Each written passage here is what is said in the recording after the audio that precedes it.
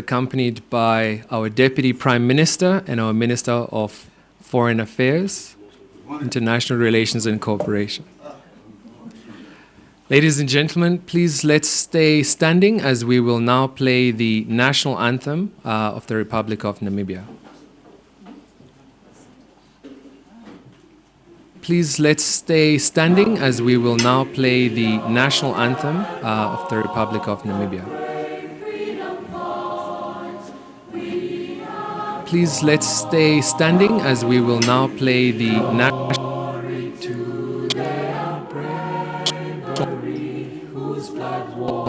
anthem of the Republic of Namibia.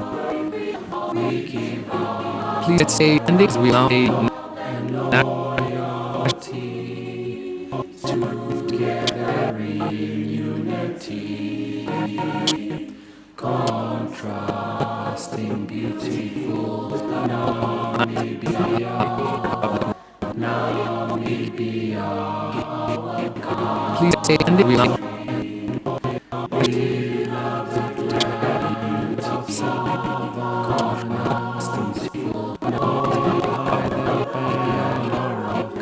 Please stay standing. We love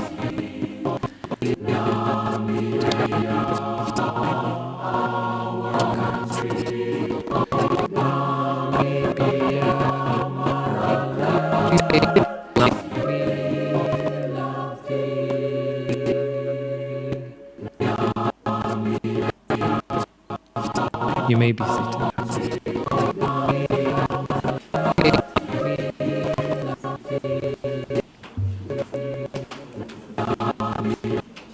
Your Excellency Dr. Hage G.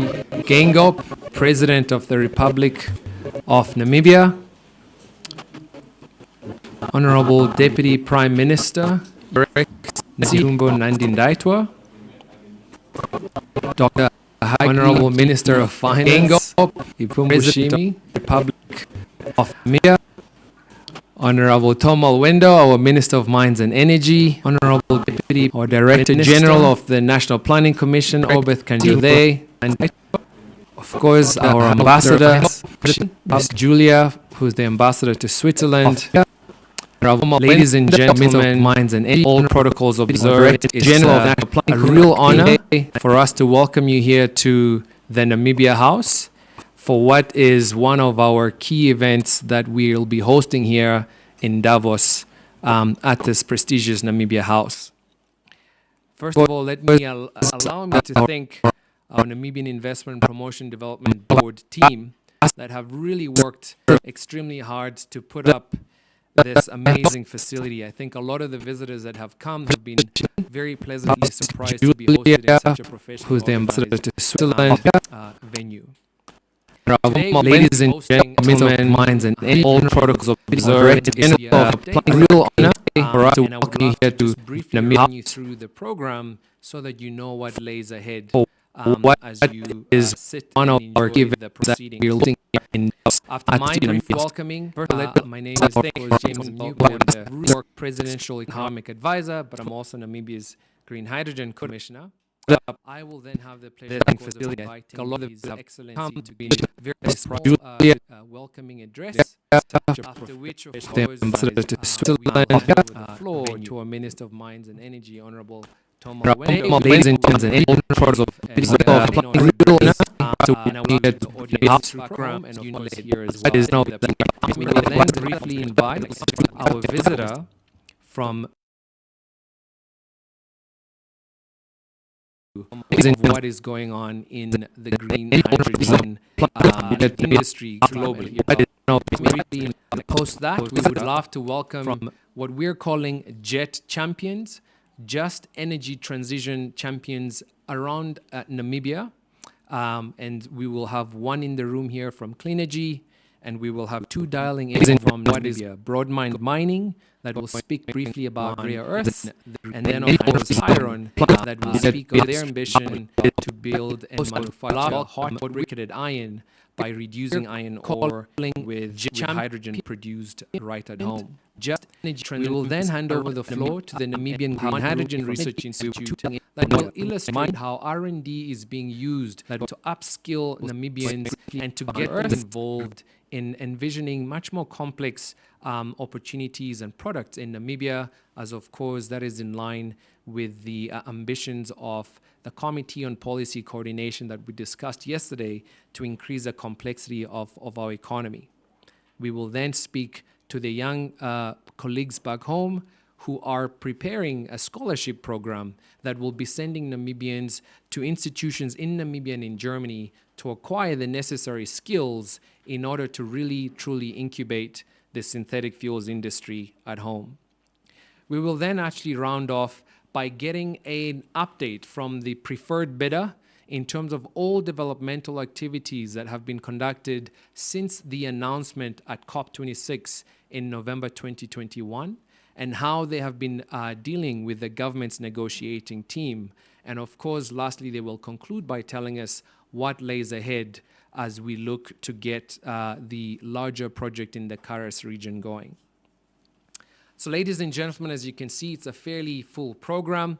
I think one of the key objectives of today's program is to illustrate how an ambition that started off with the Southern Corridor Development Initiative targeted at the Karas region is now taking hold in other regions in the country. We will hear from jet champions from the Irongo region, opportunities in the Khomas region as well, and of course the Ochodonjupa region to conclude as well. So we think this is quite an interesting and an exciting opportunity to industrialize our broader economy. And at this point in time, it gives me absolute pleasure to invite His Excellency, the President, to give small welcoming remarks. Your Excellency.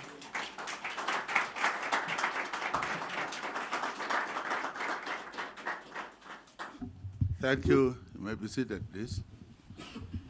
I don't know why James was emphasizing small or short. Does he think I'll come here and speak for 1 hour? What is it? He's trying to remind me indirectly small.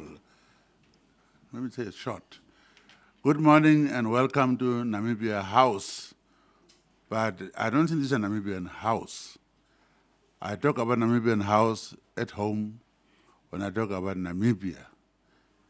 So this thing of calling this office or place Namibia House is trying to compete with my real home, the house I'm building at home. But it is meant for you to understand this is where Namibians are operating from. And I'm asked to first thank them, those I have sent here to set up this facility. It's very impressive, I must say that. And to also welcome you and tell you about what I know best, the political angle. Then, of course, experts are going to come and talk about what you came here for.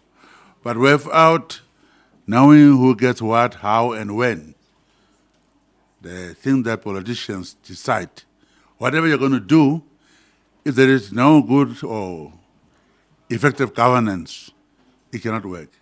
If there is no peace in that country, it cannot work. If the conditions under which you are going to invest and work are not so clear and the laws are not clear, your investment cannot be safe also.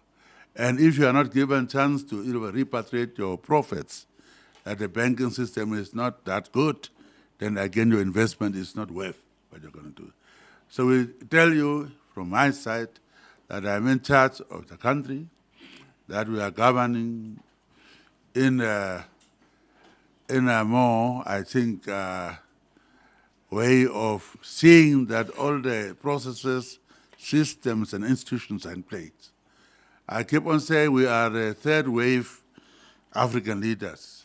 We had extraordinary leaders, Kwame Nkrumah, the founding fathers, Kwame Nkrumah, Nyerere, and so those were extraordinary personalities. They told us to wake up and fight for our freedom. That also cascades down to the south, Sam Nujoma, President Mugabe, Sam Nujoma, Nelson Mandela. Those were all founding fathers who told us to get up and fight for our freedom. There was a second wave of African leaders who were caught up in a fix of the Cold War. We didn't have our own policies or ideas. It was to copy either the East or the West, followed by military coups and one-party states.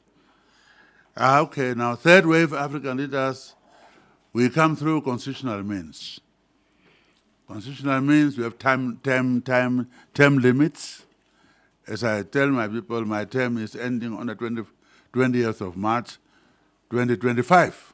I know it already. It's a contract that I have. And therefore, we have to serve through processes, systems, and institutions. No one person show. We are small guys, although physically I'm not a small guy, I'm big, you know.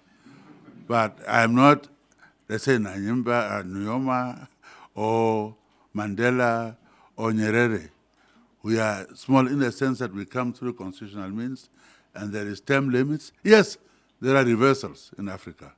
There were coups recently in 3 countries, reversals. But when that happens, who will be the ones to ostracize them? It will be Africans, not Americans, not British. It will be us who will kick them out from AU until they come back in the constitutional means. So that's Africa, and we respect ourselves. You can only be respected if you respect yourself. We want to be proud African leaders when we leave one day, very soon some of us, that we can leave a legacy that Africans or Namibians will be proud of. So here we are here now to sell that country. Sell that country I'm talking about. And to sell it, I will say it's a country, vast land, small population, well endowed with resources, but those things are still underground and so on. Somebody has to come and dig them out. Now we can do it ourselves, but sometimes we don't have the skills or the money. We have prominent Namibian investors, Namibians who are here, who will talk later on. Like Sven is here. These are big guns, you know. And also the other Namibians are here, and others who are investing. And also unique in Namibian situation, I'm not using my sister now, but she's a minister in my government from the opposition party. So I have to introduce her. Not that I'm using her, but that's how we have to build a nation. We came in the same plane. Plane was a little bit, landing was a little bit not good. Although I was boasting, are you going to go with Air Force One or go private? She said, oh, I'm going with my president. As we were about to land, it was terrible. Now she's running away. She told me she has appointment, she has to go back, but I think she was a little bit scared by that landing. But that's not true. She has an appointment to go. We are trying to build that nation. Namibian House I'm talking about. We dug strong foundation. When you are building a house, you dig a foundation, lay a foundation. Our foundation, talk politically now, is our constitution. Then bricks, you build olden days bricks that you are using. Those are our different races and ethnic groups. And I say when you have now put them together, held them with the mortar, those are the laws we pass in the parliament, you use those things together, those individual bricks which are tribes and races will disappear when you plaster and paint that wall. You will only see one wall. That's a Namibian house I'm talking about. Whether you are white or black, whether you are from different backgrounds, we want to hold hands and look forward to build that Namibian house where all Namibian children can live peacefully. Peace is very important. You can't invest if there is war. You can't invest if there is a good, predictable laws in a country. So we are trying to tell you it's a country to come and invest in. We have all those things, also recreational situations. You cannot bring your family and there are no facilities, hospitals and clinics and also schools, and also to go and relax with your family. We provide all that, so to say. We can improve on it, of course, but so far I think I'm proud to say, come to Namibia, come and invest. You will not regret. We are now discovering new things that my experts are going to talk. And that is still my speech, by the way. I covered first part politically. Now I'm going to continue through others. So it's not their speech, it's my speech. They could have written and given to me, I could have read it. So I just want to call them to get different faces, different voices, not to bore you. So I'm going to call them one by one, and regard I'm still talking. And then I'll come and summarize. So, Tom, you are a minister of what? So mines and energy. Since we talk about energy and mines are in charge of all the minerals, so to say. I mean, our country is rich, but they are still not developed, they are not discovered or used. We got oil now, but he's going to tell us all these things on my behalf. The speech I told him to deliver. Don't forget what I told you, huh? Come on.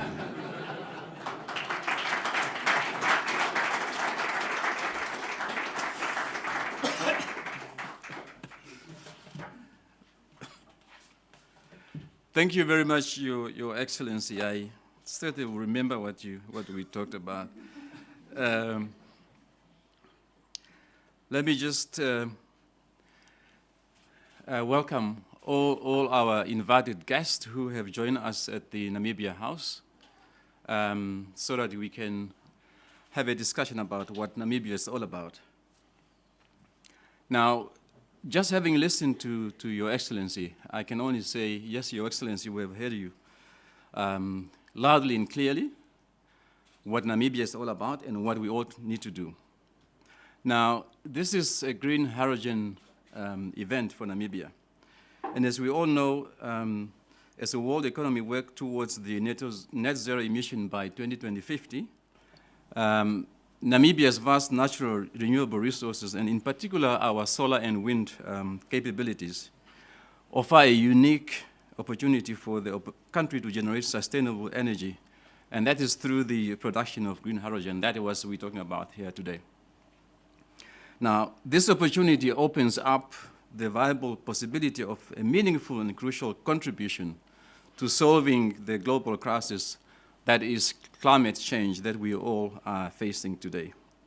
And through the production of green hydrogen, an infinite renewable source of energy, Namibia will be able to position itself to offer clean, affordable energy to the world economy. And I think on that, our Hydrogen Commissioner and our Chair of the Council will probably say a little bit more about exactly what it is we have done so far. Now, Your Excellency, we are planning for a future that responds to the well-being of our neighbors. We live in a region of the world, and that of our children. And as for myself, and as I do stand here, for example, I do recall, Your Excellency, my days that I spent at the National Planning Commission, where we oversaw a staff that were so passionately consumed with how to realize our vision 2030. Now, that vision that you, Your Excellency, and our founding father championed with dedication to our people is a vision that's really picturing a more prosperous future in all aspects of the word. And not long ago, being a practical nation, not long ago, we took another practical step towards our vision when we launched our Sovereign Wealth Fund, the Welwitschia Fund. And I would like to salute our colleagues at the Bank of Namibia and the Ministry of Finance for heeding the Excellency's call to finalize the preparation and the launch of the fund. This is a fund we would want to use for the future generation. And it's an important tool in our arsenal of firepower in creating a prosperous future for Namibia. Now, we are also equally enthused by the fact that our central bank, the Center of Excellence, I think the governor is here, the Center of Excellence will be administering this fund on behalf of the state. Your Excellency, the Intergovernmental Panel on Climate Change, the IPCC, which is the UN body responsible for assessing the science related to climate change, is unequivocal as to where it places the responsibility to counter global warming and all of its existential consequences. The Ministry of Mines and Energy is working closely with our colleagues at the Ministry of Environment and Tourism to reassess and probably also recalculate our NDCs, given our evolving ambitions and opportunities. And as per your guidance, Your Excellency, what is very important for us is that whatever energy resources we develop, we must do so while respecting Article 4 of the Paris Climate Agreement, particularly paragraph 4 of that agreement that calls on developed nations to lead, not only to lead, but also to accelerate their efforts to reduce their emission and developing countries to do so while in the same time respecting the socio-economic needs of their people. And that's where as Namibia we fall, so that at least we cannot be equated to the developed nation in terms of how fast we can actually reach net zero, because they are in a different space. Our challenges are certainly different than from some of their challenges. But the point is we're all agreeing that we need to address the climate change. Now, when it comes to climate change, for over 100 years, Namibia has served as a carbon sink and has hardly benefited from exploring carbon sources as means to industrialize and grow our economy. Yet, we have been disproportionately ravaged by climate change. The merciless drought of 2019 still lingers in the recesses of our minds. The scorching fires of 2021 in Namibia still smolders in our hearts. These are events reminding us once again that just how vulnerable our agricultural dependent economy is on climate change. And therefore, certainly, we are not oblivious to the fact that we need to do much more. Namibia as a country can no longer idly stand by and wait to be rescued by others.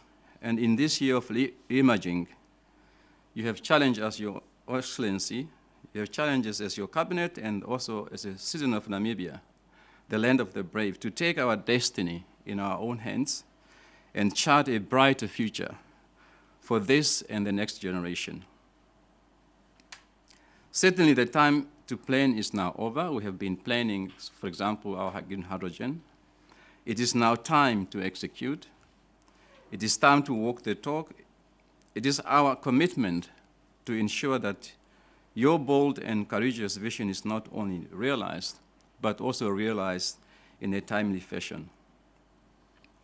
It is our pledge to guarantee that the Namibian people will soon experience the benefits of your leadership in championing Namibia as an attractive investment destination. And we stand in solidarity with the world and are committed to crafting solutions that are relevant given the climatic facts as defined by science. Your Excellency, on many occasions you have reminded us that Namibia is a child of international solidarity, a friend to all, and an enemy to none. And that is why, in essence, what we are doing is really crafting a system that is responsive to the needs not only of our own, but to the needs of the world as well, especially when it comes to managing the climate. To our potential investors who are in this room and also who have joined us online, we invite you to join us on this exciting journey. You will find in Namibia a reliable partner, a partner who understands that better outcomes are only achieved through closer collaboration, and that success is more sustainable when relationships are built on a mutually beneficial basis. That is what you'll find in Namibia. Before I conclude, I also just want to say, as the Hydro Commissioner is going to talk probably more about what we have done, we have also prepared our journey for talking about green hydrogen. We launched our Harambee Prosperity Plan number 2, which is our economic recovery launched by His Excellency in March of 2021. And as part of that plan, that's where green hydrogen was one of the pillars that we needed to work on. And therefore, for the last 12 months, we've done a lot, and everything has been captured in this, what we call the traction on green hydrogen. And therefore, we'll be launching this, or we are launching this, It will be on our website. It will tell you exactly that in a space of 12 months, a lot of things have been done where we are today, and just showing that really where there's a will, there's always a way. With those words, and to conclude my part of the speech for His Excellency, I'll want again just to thank you, and I wish you'll really find Namibia an opportunity for you to come and invest and have this journey with us. So thank you very much.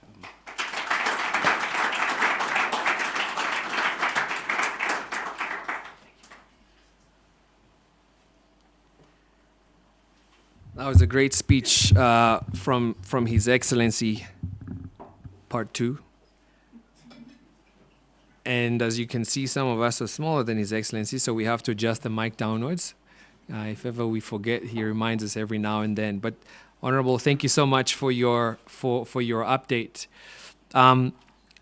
Leon, who's my producer at the back, will put up a map now that will briefly show you the ambitions that we now hold for the year to come.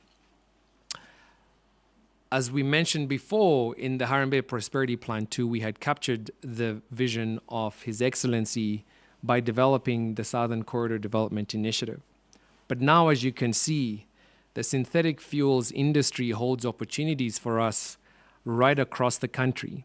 In the southern part of the country, you can see that the large green ammonia project is likely to serve as an anchor investment for the deployment of large-scale renewable energy in an industrialization park in Lüderitz. And of course, that might lead to the exports of molecules to Europe and of course, electrons into the SAPP. In Walvis Bay, our own local champions have partnered with champions from Belgium, and Sven will tell you a little bit later on about their ambitions to build a bulk liquid ammonia terminal in Walvis Bay that will be extremely complementary to our ambitions to expand our national container terminal in that area as well.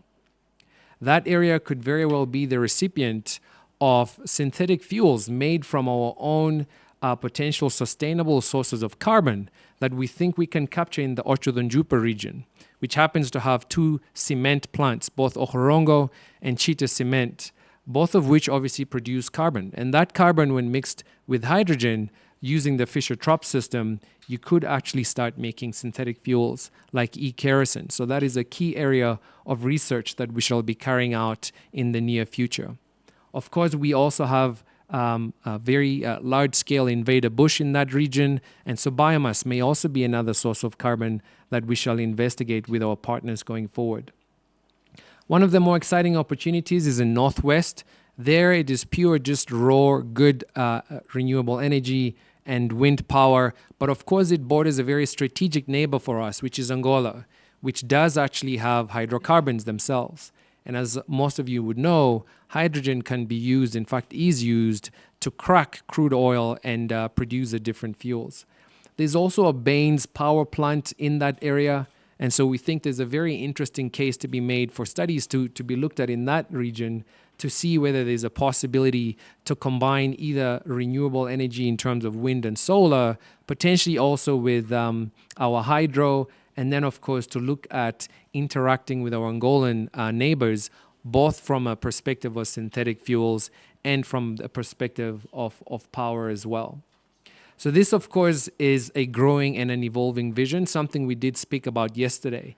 And what Honorable Alwendo has mentioned is, of course, the first year that has been captured in this report that we're calling Traction would have focused a lot on trying to capture the visionary ideas of our president and beginning to plan around those. And I think, you know, our Director General of the National Planning Commission has played a fantastic role in steering the various ministers in the Green Hydrogen Council to get us to this particular point.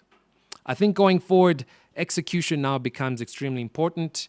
Honorable Alwendo and the Ministry of Mines and Energy will now start thinking of crafting a Synthetic Fuels Act, and of course putting in place a new department within the ministry to really then catalyze that investment flow into Namibia.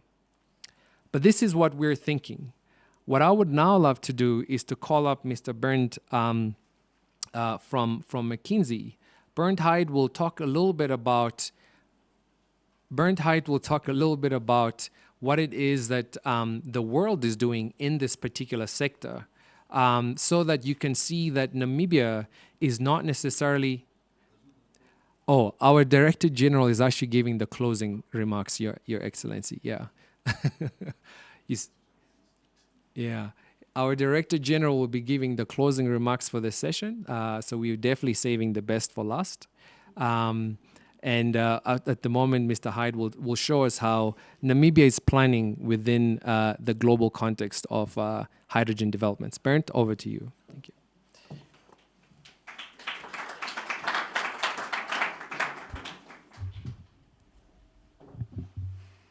Your Excellency, thank you for the kind invitation, and Honorable Alvenda, thank you for your words.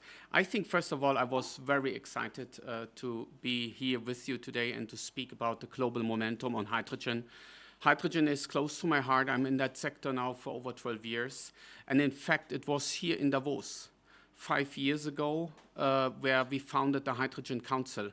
I was part of a small group at that time, 13 CEOs. Today, that's an organization, 130 global leaders in their field. And I enjoy the momentum that we see on this planet quite a lot.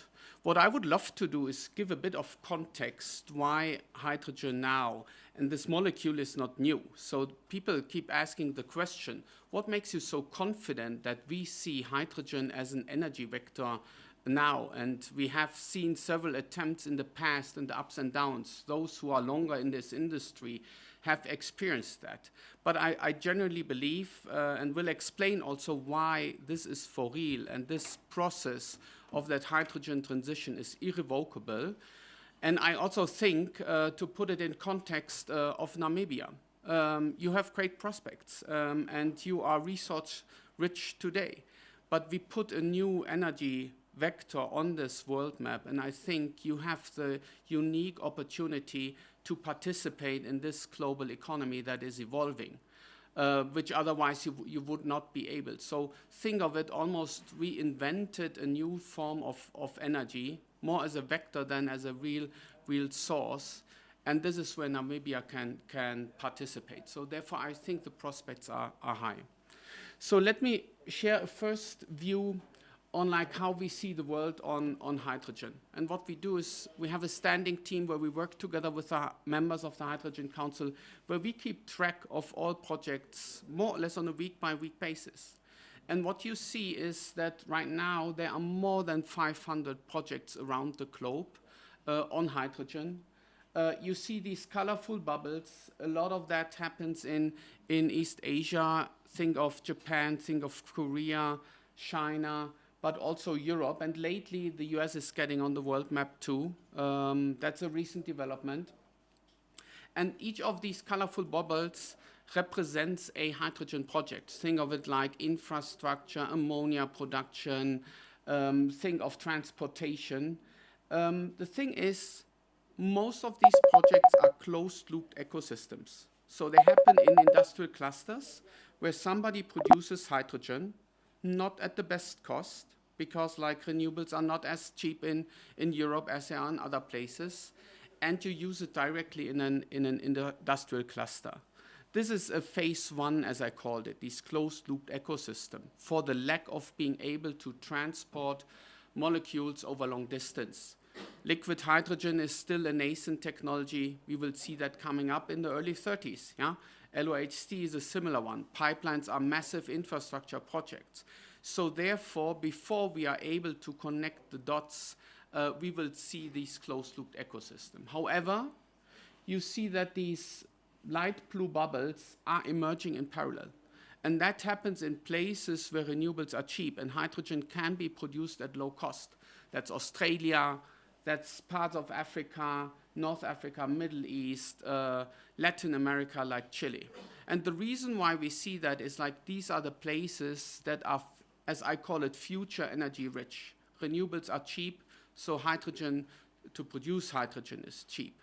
So we see them emerging, and then it's a matter of like, how do we connect the dots? And that is also what you have been discussing and what you showed in your plans, how this energy system evolves. So if we look on the world map, we have two worlds here. On the left side, we depicted the world where we can produce hydrogen at about $2 or below.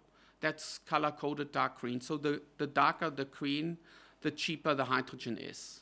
And on the right side, just for comparison, I did the same on like blue hydrogen. That is like the conventional way of producing hydrogen today from natural gas. Just we add carbon capture to get rid of the CO2. Both will exist in parallel. The majority in our modeling will be on green hydrogen, though, on the left side. And what you see, think of that almost like this is a world map of the distribution of future energy. It's not the fossil world. The right side is the fossil world. The left side is the future green world. And you see that Namibia, alongside with other countries on the African continent, are future energy-rich countries, and they are not fossil-rich today. So that's why I get the excitement of speaking here in front of you. The thing is, the developed world, in terms of large industrial energy consumers, will not change. So as today, we will in the future see a lot of energy consumption in Korea, in Japan, in China, in Europe, and also in North America. That does not change. However, if we want to bring this energy system again in balance, we need to connect future sources to the future sinks, which are the sinks today. And here comes the logic why hydrogen. Hydrogen is a versatile energy carrier. So we will not be able to bridge and balance these energy systems with electrons alone. Electrons are great, but they have one disadvantage. It's very expensive and difficult to store them over longer time or to transport them over long distance. So that is where the molecule comes in. So people ask me, why do we at all convert an electron into a molecule and then sometimes later back in an electron, yeah? If this is an inefficient process? And I say, like, it's not about efficiency alone. Sometimes it's better to incur efficiency losses in having an energy vector that is able to bridge this gap. With electrons alone, we would not be able to do it. So we would not be able to tap in all of these green future energy sources and distribute it where we need the energy if it were just for an electron. So that makes me of the strong conviction hydrogen as a molecule will be that carrier of energy. And if you see this will be also the reason why we need hydrogen. And if we look at the applications of hydrogen, what you see here is the demand outlook for hydrogen over the next decades. And as you can see on the left side, hydrogen is not a new molecule. We use it in refineries, petrochemical processes, in ammonia production for fertilizer. So we have a lot of hydrogen today. That's the 90 million tons that you see on the left side. The problem is, this is all gray hydrogen. It's CO2 emitting when we produce it. So over time, you see that we have new applications where we will use hydrogen. And some of them, only hydrogen can do the trick. You have certainly heard about the debate, will cars run on batteries alone? Will we have cars that go on a fuel cell? I said, forget about that debate for now. Yeah? I genuinely believe that we will also power cars in the future with hydrogen, but this is the wrong discussion to have right now. Let's start with the obvious sectors where we cannot decarbonize, so the hard-to-abate sectors without the molecule. And among that is like steel production. Hydrogen will be a reductant. It's not an energy form, but hydrogen does the same job that coal does today. So we will see a steel industry that will be globally disrupted in the value chains. Take heavy industries like cement, high-grade heat. We will not be able to produce cement in the future without the absence of hydrogen. And then think of transportation. There's a lot on mobility here. It's the largest sector. Mobility is not about cars. Forget about cars for a second. Mobility includes aviation, includes shipping, on oceans, like container vessels, includes heavy-duty trucks, includes trains. Those are all transportation modes where we need a lot of energy that we cannot store in electrons. Think of aviation. We will not be able to fly long haul without molecules. So you might argue, but that's synfuel, and it's not hydrogen, or it's e-methanol, yeah? Or for marine, you use green ammonia. And the thing is, like, this is all the same. In the end, for each of these synthetic molecules that we call clean fuels in the future, you need as a precursor always a molecule of hydrogen. So therefore, it doesn't matter so much, will we use gaseous hydrogen, liquid hydrogen. I include everything that spans from ammonia to synthetic fuel into the overall family of hydrogen, because we first start with the molecule of hydrogen. Then, as we have heard earlier, we add Fischer-Tropsch to produce synthetic fuel and so on. So therefore, this all belongs to it. And then you have a whole area where we have applications where we cannot decarbonize without the molecule. And that's the ultimate test that I ask, whether hydrogen is for real or not. I ask the question, are we for real or not on decarbonization? And if we believe that this world is on a journey towards net zero or close to it, then we cannot achieve that without hydrogen. No hydrogen, no net zero, as simple as this. So and that is the reason why I think the debate should be rather where, what application, what timing, how to ramp up. These are the questions that we need to answer, rather than this question, do we see that at all or not? So and if we see the future world map in terms of energy being distributed, that's schematic. We are right now working with a group of the Hydrogen Council members to run an analytic model. We will share that at COP27, but this is a schematic sneak preview of how the world will evolve. And you see red and blue. Red means these are the regions that are net importers of energy. You have Korea, you have Japan, but also Europe. As much as we love to think that Iberia can help us on renewables or offshore wind, this is not available in the scale that we needed to basically power Europe with clean energy. So therefore you see Europe in a light red. That means Europe is a net energy importer. And you see the places where we will have future energy export.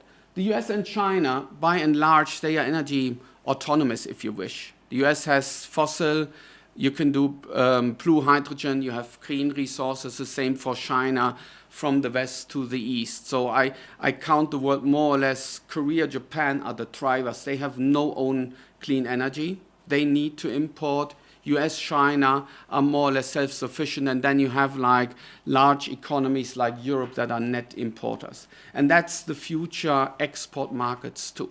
So when I think of Namibia and the opportunity you have, I think of it as like two ways. So number one, of course, that's an opportunity to decarbonize Namibia itself in mining, in the industrial clusters that you have. But that's one portion of it. I think equally important, if not more, I think it's export opportunity. And that's where I think we now have a new currency where you can play a role on this planet in exporting to Europe or other places, a form of energy that is now new be added to the table. And this brings me to one last chart, where I say, like, think of this as the cost curve of hydrogen. So behind each of the bars that you see here, there's a country on this planet. And for simplicity, I color-coded everything that's on the left. These are net exporter. They can be green or blue. But here we are able to produce at $1 to $1.5 US hydrogen as new energy form. And on the far right, and I had to cut the scale, otherwise it would not fit on the chart, but it just shows you this is a factor 6 times. So energy in those places, or hydrogen in those places, is 6 times more expensive. That is why it makes so much sense to connect the energy systems. And if you think of going from the far left of this one to a total landed cost. This is like logistics. You ship a fuel. You ship a fuel to other places. Roughly to ship either synfuel, ammonia, liquid hydrogen, LOHC bound hydrogen in the future. The rule of thumb that you can add, that's $2 to be added. But if you're on the range, and I pick Namibia, little over $1.50, definitely under $2, add another 2. You're still not at a cost of production in some of the industrialized parts. So you can afford adding logistics to it. That's what you are planning to do, to add a logistics portion to it and still be cheaper than the local production. That's the ultimate driving force why we see it. And I think Namibia is in the middle of the chart. However, think of the right side of the chart where the heavy emitters, this is like a factor 6x. So therefore the delta is massive, even if you think you're just in the middle. This is just like 50 cents, that is the difference. So therefore, that is what gives me the confidence that the plan that you're having is the right plan, because you are competitive, not the best one. There are others in Middle East like Saudi, like UAE, like Chile that score cheaper. Yeah? But the thing is, like, you always have to keep in mind the world map that I showed earlier, how to get from Chile to Europe versus Namibia to Europe. Yeah? So you can have a slight advantage in terms of logistics. In the end, you always have to see this energy system globally and where to play. But I think the pie, if you have seen the growth from 90 million tons of hydrogen today to 660 million tons. 660 million tons is such a large market. I am very confident that there's sufficient opportunity for what you are planning. And with that, I love to thank you for having me here. I was truly excited, and you see a bit of why I share that passion, not only for hydrogen on a global level, but also for the plans that you are having in Namibia. I'm very confident that you will play a role globally. Thank you.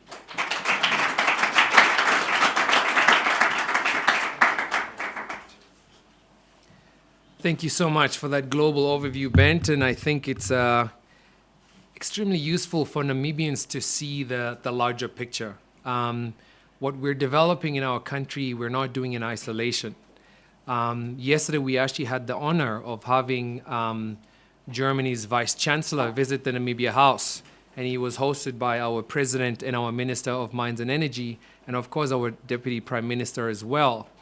And he came to tell us essentially what Bernd just said, which is Germany is looking for alternative forms of fuel that will assist them in their own just energy transition journey.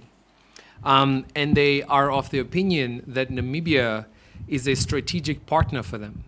And in fact, he committed to come to Namibia at the end of this year in December. And he was not looking to come alone, but instead he was looking to bring some of Germany's largest companies, because they are the natural customers, clients, and off-takers of some of the energy that we will be looking to produce in Namibia. And Robert Habeck is not alone. We have been in touch with Belgium, the Netherlands, who would help us transport this material into Europe, and of course, the EU as well. The President met Ursula von der Leyen, and we're working on an MOU with the EU on two areas in particular, both hydrogen and, of course, critical raw minerals as well. And that allows me to really segue then into the next session. This particular section, we all named the JET champions, the Just Energy Transition champions in Namibia. And this is where we now really, the rubber starts to hit the road. These were all strategies and visions, but now we're going to start talking ever so briefly to each of the companies that will be doing this. As we mentioned earlier, first up we will have Cleanergy, which is essentially a partnership between ONL and CMB. And they will talk about their plans in the Erongo region. After that, we will have Broadmont Mining that are looking to develop rare earths in Namibia, which again are key elements, enabling elements of the just energy transition And we'll finish off with Hyphen, who would be looking to make hot briquetted iron, just as Bernd had mentioned, using hydrogen as a reductant to add value to the iron ore that will be extracted from Namibia. But for now, allow me to welcome Sven, the chairman of ONL. Sven?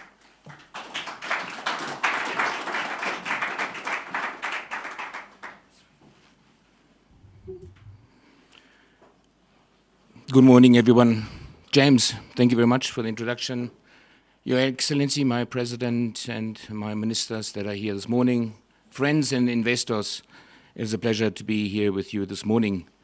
It's very difficult to follow such a charming and welcoming statement by Our Excellency, but Your Excellency, we tried our best this morning when we came to the police station or the police stop. We produced our Namibian passports and they said, you're from Namibia. And then all said they would love to visit Namibia. So we gave them our business cards to make contact. So the police of Switzerland will come to Namibia as tourists. Anyway, I'm the executive chairman of the Old List Group. We have a passion of creating a future-enhancing life, being a responsible citizen within our country as well as globally is important to us. We have a biogas plant in the south on the super farm where we generate electricity from dung. We also convert invader bush to energy, firing boilers. And that led us also to embark on the hydrogen project. A year ago, we started, same time with government immediately with a feasibility study with GEG, which we just completed recently, very cumbersome and expensive feasibility study. And we have planned now our investment into hydrogen into 3 phases. One, of course, is the feasibility study, and of course, every country is different, so we need to understand the weather, the sun, and everything else around it, and also, especially on the coast, the corrosion levels are very high to see what needs to be done from a technology point of view. The second phase is now building the pilot project. We've identified the site and starting with the processes, all the processes and equipment and components being ordered at the moment, and want to test and prove the concept. And then, of course, from the McKinsey presentation, I was a little bit disappointed. There will be in Namibia more gigasets, at least 2 or 3. So I think we're very ambitious as Namibians. We want to really seriously get into this, and we hear from Hyphen later as well. So I think in Namibia there's room for quite a few of these projects, that's for sure. And then, of course, the third phase is of actually then building the giga plant or large-scale plant. And for that, we have great partners, CMB Tech from Belgium.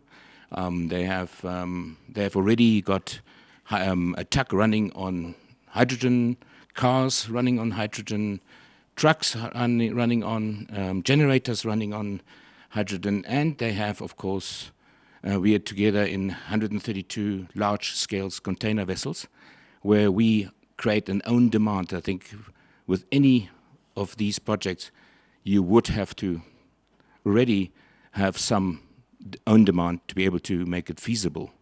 So a lot of learning, and CMB is also currently busy with a major car manufacturer to develop the dual system, for example, diesel and hydrogen, and it's also a very exciting prospect. So I don't think we have the time not to start with hydrogen technology, even in cars and so forth. I think the pressure on the world is so big, it will be much faster than we think. But you're absolutely right. I mean, the big ones like ships are definitely the vessels that are taking huge consumption in an industry, and this is where we need to really focus on in going forward. I think there's no other investment that is as noble as investing, I think, into hydrogen, and that's why we as Namibians, and opened by the President and our Minister of Mines and Energy, has gave us deep insight and welcome investors into Namibia. And we believe that with our combined efforts and inviting you that we have a great future for Namibia, together with investors, to make a difference in this world which we need. Thank you very much. And oh, by the way, I'm inviting you to, we're doing our presentation at 1400 hours. Sorry, James, I almost missed it. I was asked to invite you also at 1400 hours to our presentation. That's done. Eh? Thank you.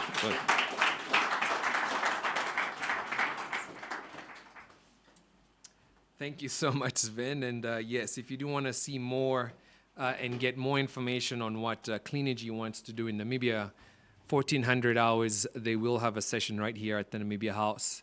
Leon, my producer, if we can get Broad Mind Mining up on the screen, we will be having Tumba Chabalala, who will be doing our presentation for Broad Mind Mining up on the screen.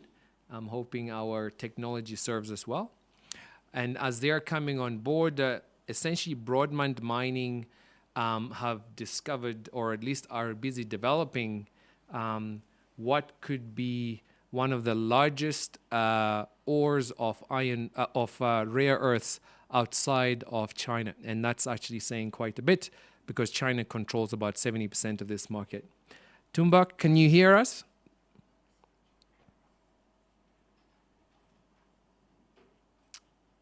Okay, so just our sound here. Does everyone have to put on their mics, I think their headsets, in order to hear Tumba? Just hold on. Margaret? Is that the case? Okay. So Tumba, just hold on for us. Everyone is just putting on their headsets so that we can hear you. Give us 2 minutes.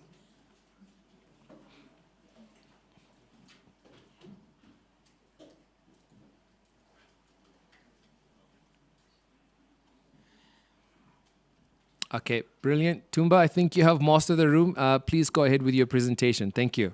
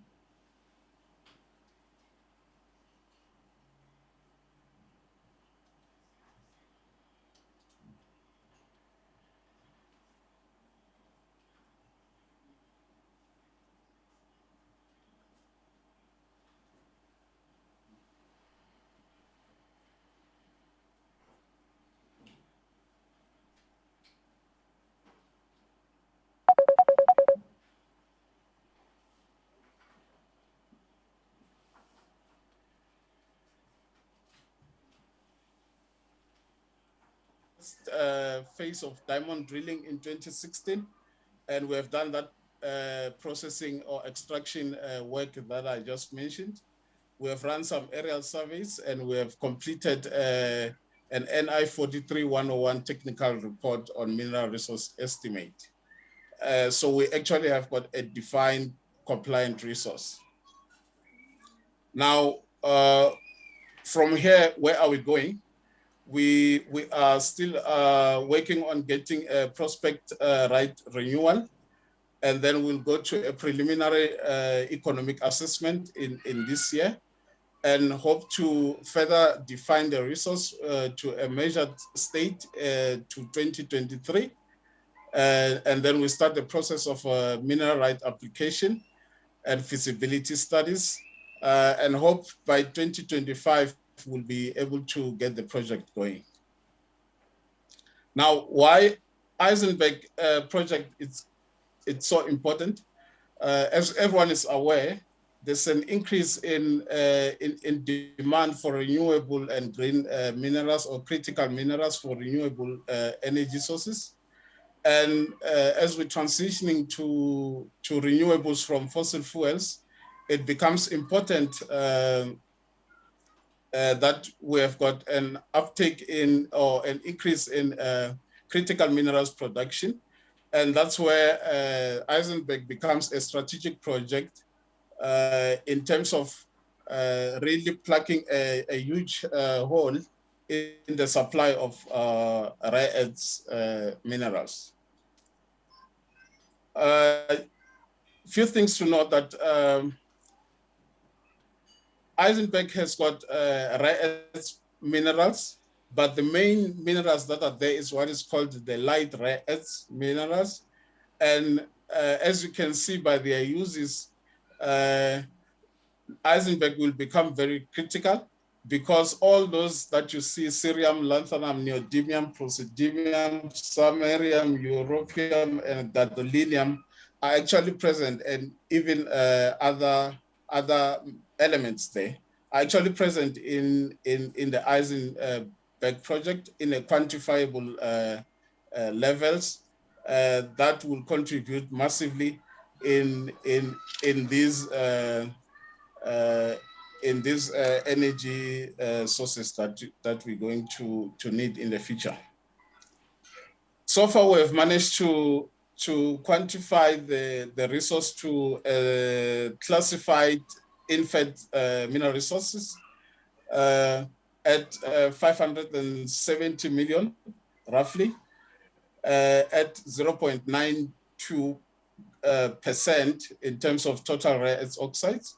We used a 0.2 cutoff, and our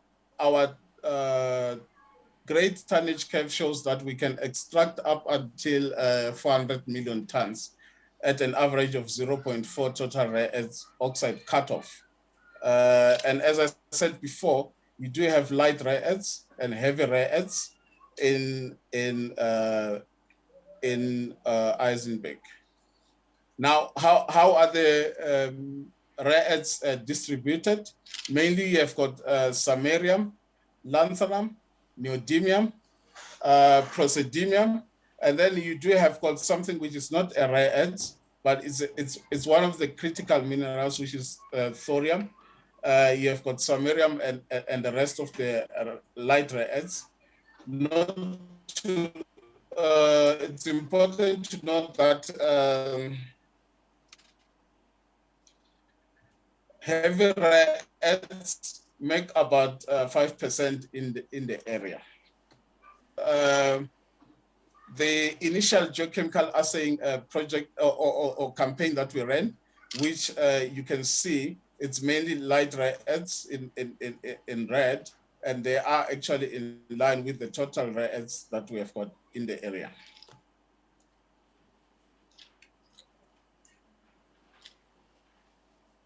So actually, when you are to look down deep, you can see that the mineralization continues and stops and continues. But it's important to know that we have got areas of high-grade zones that can be extracted economically. Now, we have got a lot of rare earths deposits globally. Why Eisenberg become important is that when we benchmark it against other projects that are ongoing around the world, we are sitting over 500 million tons or 570 million around there, and with a grade of 0.92. Now, what we did was to try and find out, can we upgrade this? And then we found that we can upgrade it through the technology that I'll explain from Mintech to over 3%. And that will set off Eisenberg to become one of the big and very critical projects in the rare earths, in the critical minerals industry. So the metallurgical process was carried out by Mintech. And then because we have got 3 main mineralized units, we tested all those units, which are hematite, iron-rich carbonatite, and then a sulfide. And based on these, we could group now into 2 types of ores, the iron-rich and then the sulfide carbonatite. And then we were able to run tests such as XRD, SEM, and Auto SAM to see if we can extract these minerals. And we tested several methods of extraction, which was gravity separation, magnetic separation, flotation, acid leaching, and pyrometallurgy. And of these, because of the small particle nature of the minerals, they were not so successful in terms of gravity, magnetic, and flotation. However, we managed to extract this using a PyEarth technology, which has proven to can upgrade it from 1% to 4% at a pilot scale. And this can either be upgraded further or just about 4% or just lower than 4% at an operational scale. Now, this is the type of method that we'll be using to recover the minerals, and it's called PyEarth technology. We managed to develop this pie chart, this is flow chart, in order to extract the minerals. Now, the project is situated in the Kalkveld area, which is an alkaline province, and it has got about 3 complexes in the area that are rare earths enriched. But then the one that we focused on is the Kalkveld complex, which is sitting just 10 kilometers off Kalkveld town, and it's about 5 kilometers in diameter. Like I said, we've got three units of mineralized areas, which has got sulfide, iron-rich, and iron at the center of the area. And all these areas are mineralized with rare earths and can be extracted. Thank you.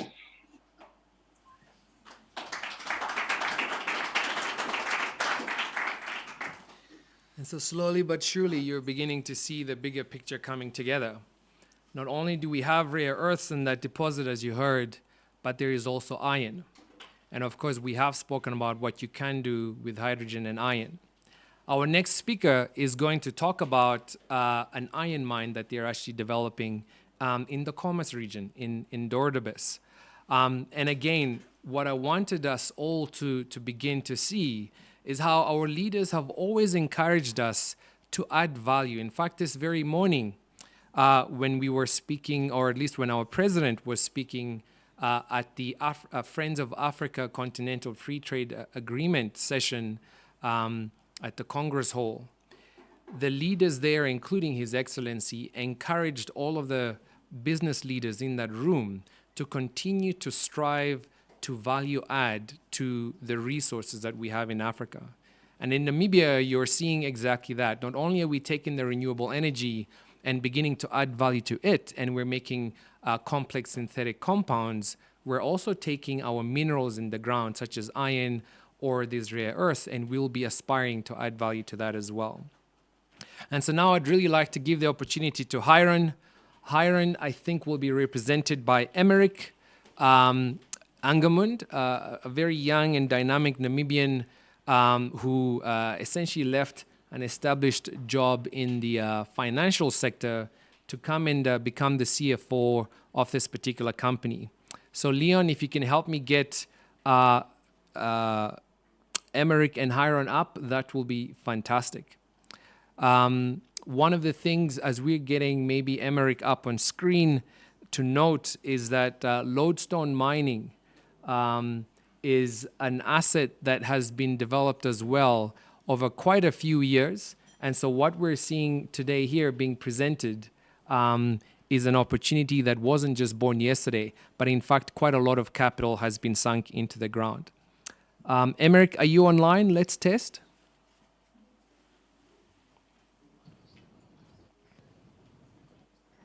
Can you hear me? Yep. Maybe just speak a little bit louder. Put the microphone closer to your mouth. Okay.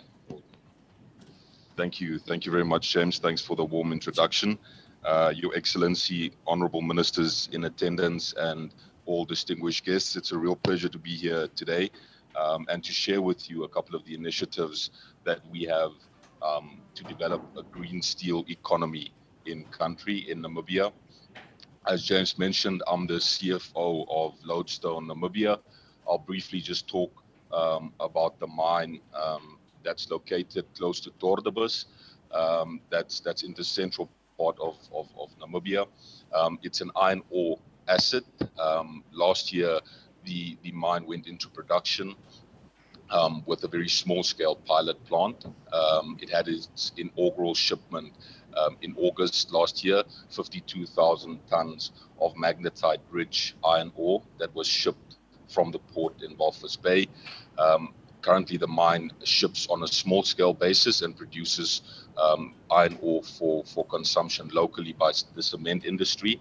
The next steps for the mining operation is to expand and to establish an operation that produces initially 750,000 tons of high-grade iron ore per annum, ramped up to 2.5 million tons per annum once it reaches nameplate. A key selling point for this mine is that it can produce exceptionally pure, low phosphorus, low alumina, and other trace elements, iron ore with a very high Fe grade, which is well placed to take advantage of where the world's going in terms of reducing CO2 emissions. The primary objective of what I want to speak about today is the objectives that Lodestone and initiatives that Lodestone has under the ESG space to develop green steel in country. And to this effect, Lodestone established Hyphen Africa. It's a carve-out of Lodestone to initially establish a direct reduction iron plant in country. What this basically will enable Lodestone to effect is to offtake iron ore from the mine and hydrogen produced locally, and that will be fed into a DRI plant. As was alluded to earlier, hydrogen can be used as a reductant in the steel making process, and that to produce HPI, hot briquetted iron. Hot briquetted iron is a refined form of iron. It can be compared to pig iron or scrap metal, and that's used as a feedstock in an electric arc furnace. And why that's really significant is that this is the only economically viable way of producing steel that is environmentally friendly. And using renewable energy as a power source, you can virtually get your CO2 emissions down to zero. That compared to the traditional way of making steel using blast furnaces and coal as a reductant is one of the most, that process is one of the most heavily emitting CO2 processes globally. So the whole process is entirely, can be converted to be entirely green. What are the key benefits of this initiative for Namibia? Is, of course, once a DRI plant is established, the first step is to establish a pilot plant, which will then be converted and upscaled into a commercially viable demonstration plant, and that can be further increased in size. There's a lot of benefits for Namibia, amongst others being the fact that this is sector coupling, taking a mining industry and furthering the secondary industry in country. The establishment of a commercially viable plant will, of course, attract a lot of foreign direct investment, create jobs, and upskill Namibians. The first step in this process, as I mentioned, will be the establishment of a pilot plant, which eventually will be used as a state asset, as a center of knowledge and excellence, together with the University of Namibia, and to further research and development in that area. There's a couple of downstream benefits that can be used as well: the mining fleet, the logistics that one can further couple with the ammonia that will be produced eventually, and the risk is really manageable in undertaking this venture. A couple of our partners is the Namibia Green Hydrogen Research Institution, particularly for the pilot plant and what our objectives are in terms of that. We've partnered with Metso Autotech on the technology side and their fluidized bed technology in producing HBI, and then Anglo America, who we have had a very close relationship from a lodestone perspective. They're the off-taker for the iron ore that will be produced. They obviously also have a lot of initiatives from a green hydrogen perspective and to reduce CO2 emissions, so they potentially co-fund and be the off-taker of the HBI produced. As I mentioned, the next steps will be the establishment of a pilot plant, which will then be expanded into a commercially viable DRI plant, and eventually the ambitions are to establish a local in-country electric arc furnace producing steel in Namibia for consumption by the local mines, and to further the establishment of tertiary secondary industry in country. Thank you very much, James, and thanks everybody for listening.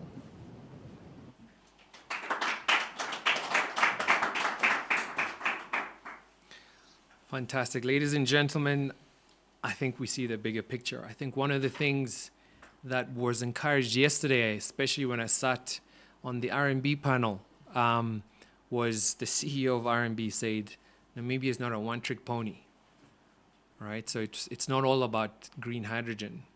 I think one of the other things, one of the questions from the audience was the importance of encouraging skills development as a way to unlock a lot of these opportunities. And then another comment we've heard throughout this week is the importance of involving SMEs. So we can't just focus on the extremely large projects.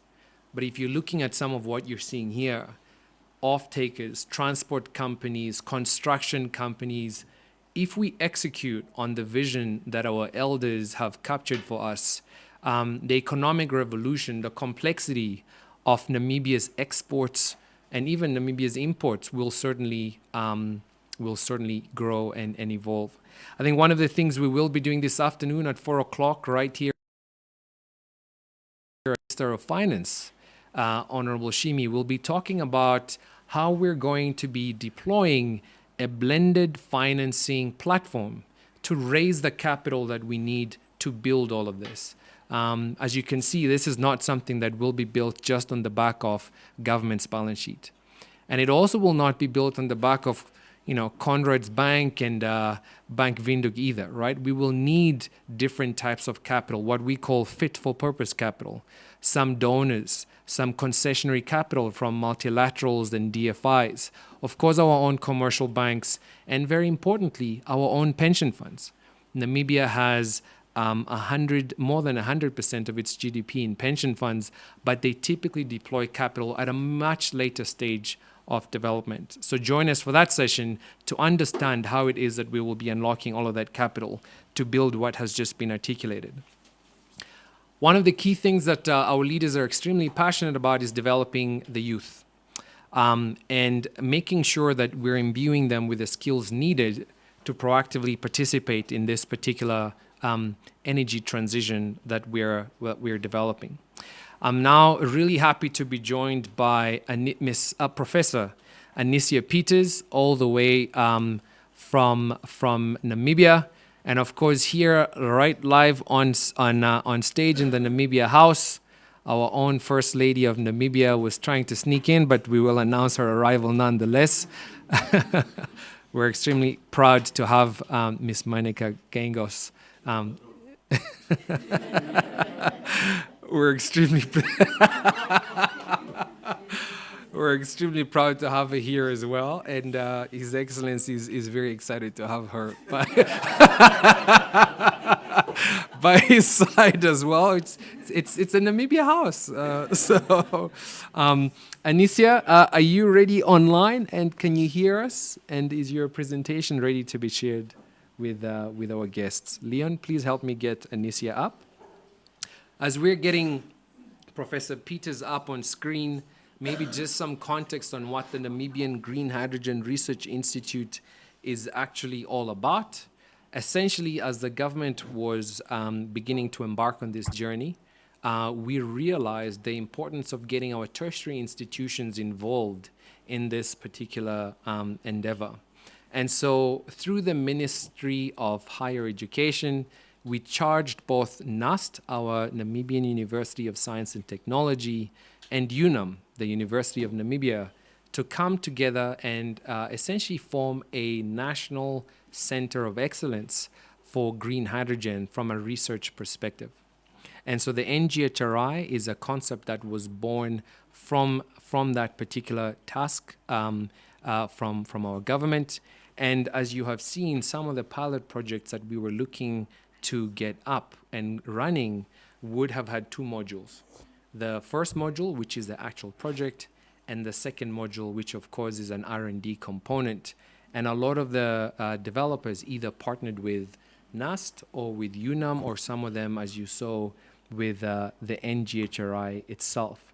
So Professor Peters, I do see you're up online. Please, can we just test your mic to make sure we can hear you? Good morning, James. Brilliant. Fantastic to have you Can online. you hear me? We can hear you very well. The floor is yours. Take it away. Thank you. Thank you so much, Director of Ceremony. Your Excellency Dr. Hage Geingob, the President of the Republic of Namibia, and now also the First Lady who has joined. Honorable Netumbo Nandi Ndaitwah, the Deputy Prime Minister of the Republic of Namibia. Honorable Tom Alwindo, Minister of Mines and Energy. Honorable Obeth Kanjoze, the Director General of the National Planning Commission and Chairperson of the Namibia Green Hydrogen Council. Honorable Ipumbu Shimi, Minister of Finance, ambassadors, high commissioners, and members of the diplomatic corps, national and international leaders, invited speakers, and guests. Good morning to all of you from a sunny but chilly Windhoek in the heart of Namibia. With me today, I have colleagues from the Namibia Green Hydrogen Research Institute, who are sitting silently next to me, but they are present. I'd like to take you briefly through what the objectives of the Namibia Green Hydrogen Research Institute is, and also what we are planning and what we are doing at the moment. This institute is hosted at the University of Namibia, and it is a national institute that was established in October 2021. And this is coming at a very prudent time as Namibia develops into a hub of green hydrogen in Africa and also internationally, as we are seeing. But for this, to develop into this hub of green hydrogen, we need a properly and adequately trained and educated workforce, which means that it will render more efficient operation, enhance innovation, and mitigated risks for industry through effective planning. Of course, local R&D capacity building is an imperative for us. Now, the Institute was established to become a national research and development hub, provide for exchange of expertise, upskill and reskill Namibians across all strata. We have, for instance, already embarked on plans to not only to develop new and revise our postgraduate programs, but we are also looking, for instance, at what the vocational training sectors should be doing. Then the other objective of the Institute is to develop local businesses across the green hydrogen value chain. Now, the NGHRI has 6 centers currently. The first center is all looking after projects that has to do with clean hydrogen production and storage. And we have several different projects within each one of these centers running. The second center is for new materials and delivery. The third center is for hydrogen fuel cell technology and mobility applications. The fourth is for hydrogen energy use, economics, law, environment, and society. As you can see, we're taking a holistic approach and not leaving out any sector or any disciplines. The fifth center is looking after hydrogen capacity building, competence, and standards. And this is the particular center that is tasked with the reskilling and upskilling, as well as more of the formal academic programs. And we are also doing the business development within the center. The sixth center is for hydrogen digital and emerging technologies. This is a very hot spot on technology development because, as we know that within Namibia, right now we need to improve our ICT backbones, and we need to improve our skills to be able to support this new green hydrogen economy.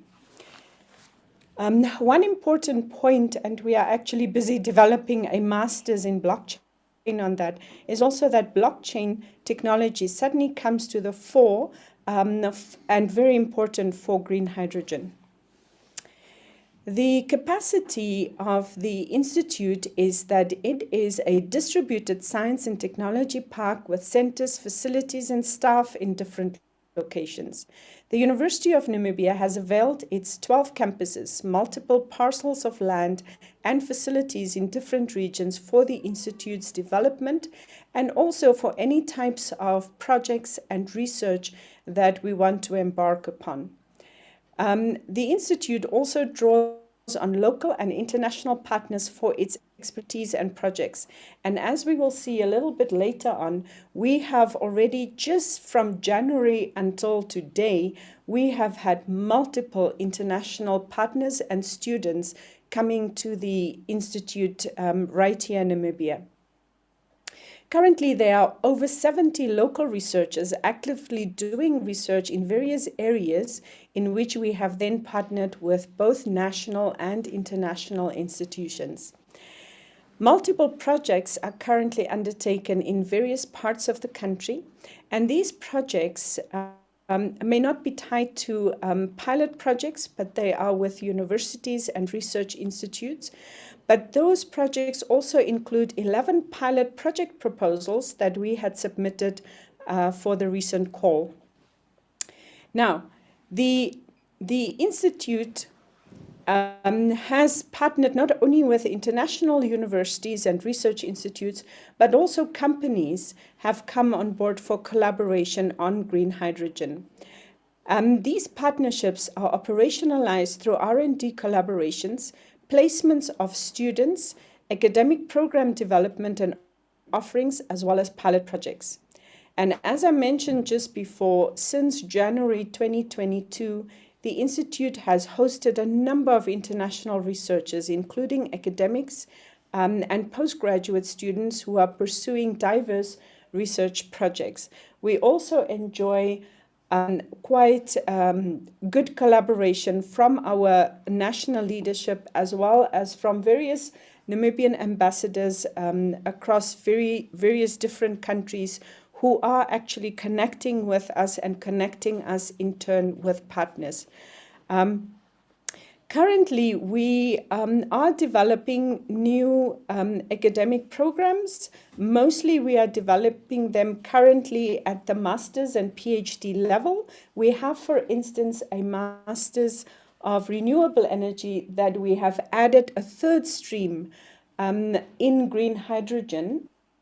There are also various other shorter programs that we are developing, and these we are developing together with the partners. So it's also very much on looking at what we have in country, what are those various academic programs, and in this case, we're not only looking at UNAM, but we are also looking at NUST, and we are also looking at what the TVET sector is offering, with a view towards complementing whatever gap we are having.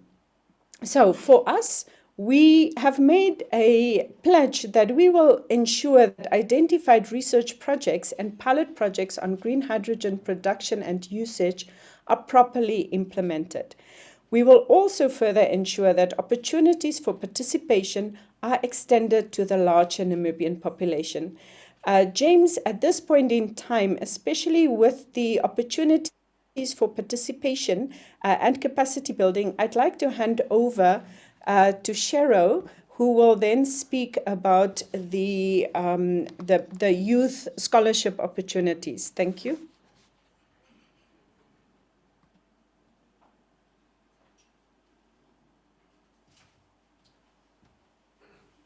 Brilliant. Thank you so much, Inicia. And as we load up Sherilyn and perhaps have a small look at ourselves, I'll give some context as we bring Sherilyn on board.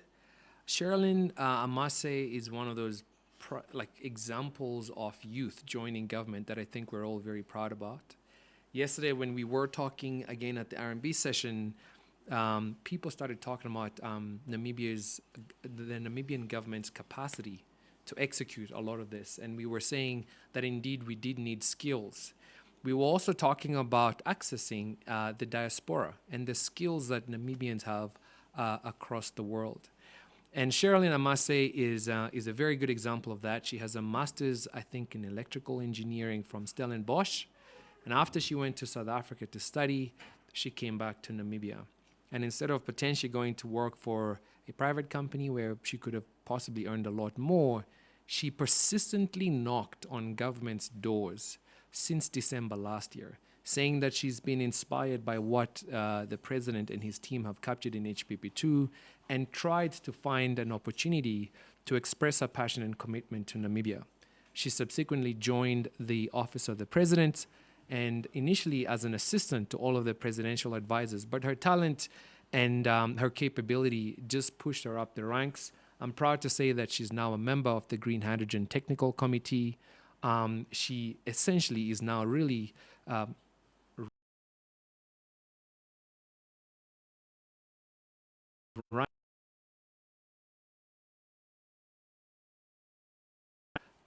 with the German government, and she's working very closely with the Ministry of Higher Education in doing so. So Sherilyn, just testing your audio to make sure that you're there with us, because we're very excited to hear what you have to say. Good morning, James. Can you hear me clearly? We can hear you very well. Thanks, Sherilyn. Take the floor. Thank you. Good morning, His Excellency, Honorable Ministers, and ladies and gentlemen. As James said, my name is Sherilyn Rupunda, and I'm an assistant to the presidential advisors. I was entrusted with working with a team on the Namibian Youth for Green Hydrogen Scholarship Program, and today I just want to share some of those details with you. I'll give a brief introduction to the scholarship and why it was created. I will then highlight the key objectives of the scholarship. I will then talk about what needs to be in place for us as a Namibia to achieve these objectives. After that, I will provide some high-level detail of the scholarship before I provide a call to action. A crucial part of the success of all Namibia's green hydrogen efforts is capacity building, particularly through ensuring a ready workforce within Namibian borders for the green hydrogen industry. One major priority for us is to ensure that the local content is well represented at all levels and across the entire green hydrogen value chain. This is seen, for example, in the first competitive RFP that was launched in Namibia, from which we anticipate 93% of local content during feasibility and construction, and for youth participation to be at 20%. It does, however, remain the responsibility of Namibia and her people to ensure that there is enough Namibians who are ready with the necessary education and training to maximize on the emerging employment opportunities and to ensure the success of all green hydrogen developments within the Namibian borders. To ensure this ready workforce, the Namibian Youth for Green Hydrogen Scholarship Program, in collaboration with the German government, was established. The scholarship is fully funded by the German Ministry of Education and Research, BMBF, as part of the joint communica or JCOI between the two countries. This program will be implemented by SASCAL. One of the key priority areas of the agreement was capacity building, where 5 million euros was allocated for scholarship for the Namibian youth for a period of 5 years.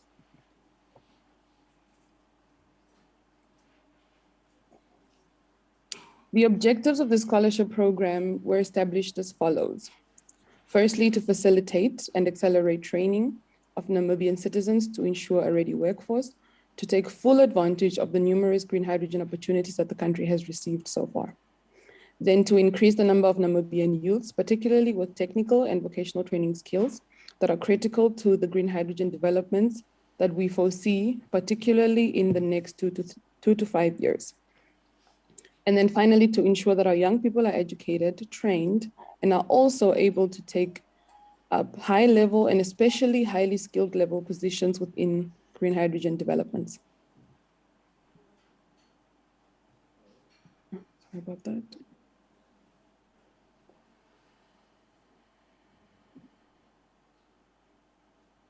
In order to achieve these objectives, we first need a few things to be in place. The first is that we need to identify those key skills that will be needed in the very early stages of the green hydrogen projects. We've done this through in-depth skills need assessments conducted by the early developers. As such, we are currently working closely with early developers such as Hyphen Hydrogen Energy, HDF Energy, and Clenergy to put together this list. This list will then inform those education and training programs that this scholarship will prioritize. We are also working very closely with NGHRI, who just spoke previously through Prof. Anisha Peters, to start creating hybrid programs that allow Namibians to do studies in both countries, such that these opportunities can also partly remain within our borders. A second important item is partnerships with universities and private companies who offer the relevant education and training programs. Following that is we need to think about upskilling the Namibian education and training institutions so that these institutions eventually can take the responsibility of providing the required green hydrogen training and education. This scholarship program also aims to ensure employability through holistic development of those individuals who are awarded the scholarships. We will therefore create a framework that matches both during training and after graduation of graduates to key positions, and this will namely be informed by the National Green Hydrogen Strategy that is soon to commence. We will also look to achieve this framework through partnerships with the pilot projects that will soon be announced that are also part of this JCOI with BMBF.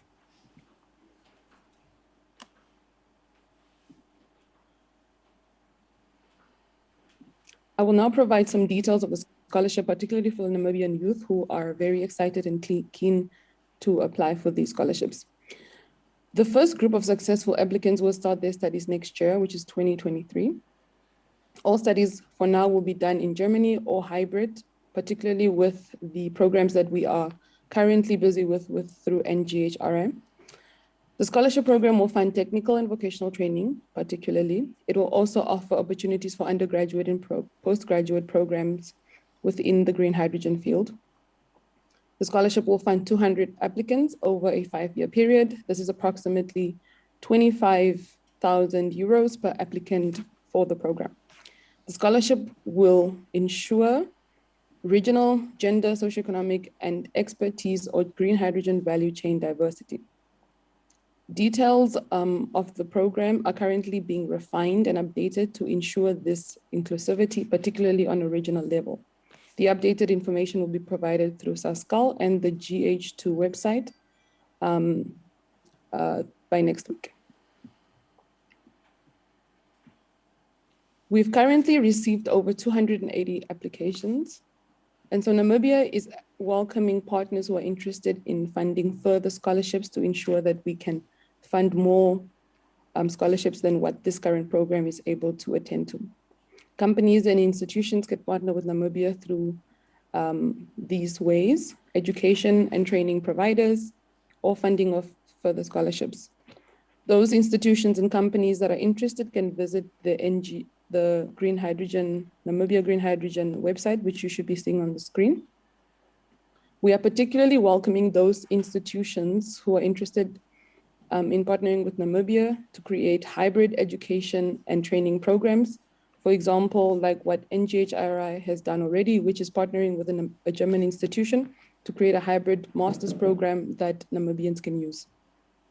As a young Namibian, I urge my fellow youths to take ownership of the green hydrogen opportunity and all that it brings to our country, to start researching, start studying up on green hydrogen so that you can determine where your specific skill set fits in, and then make sure that you apply and make use of the opportunity. From our end, we'll ensure that we provide the list of partner institutions in Germany that you can approach, and a list of key courses that we have identified through the skills need assessment that will be prioritized by the scholarship. Thank you for your time.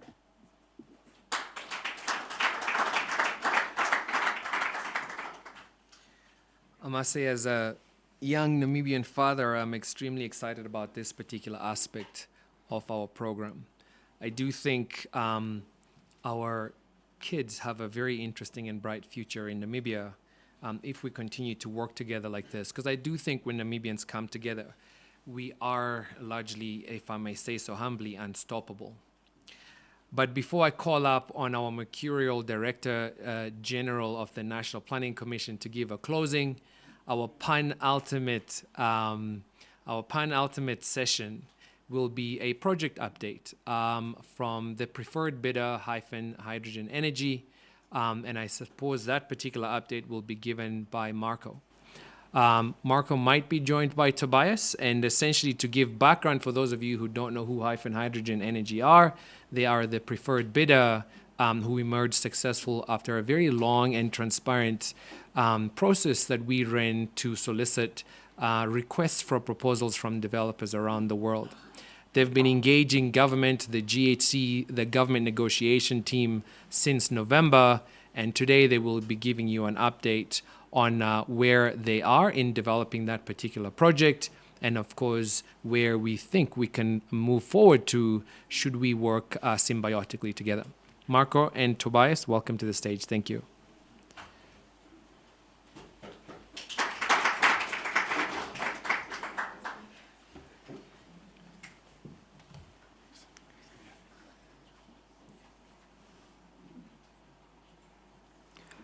Morning, it's almost afternoon. Afternoon, everyone. President Geingob, First Lady, Ministers, DG of the NPC, other dignitaries.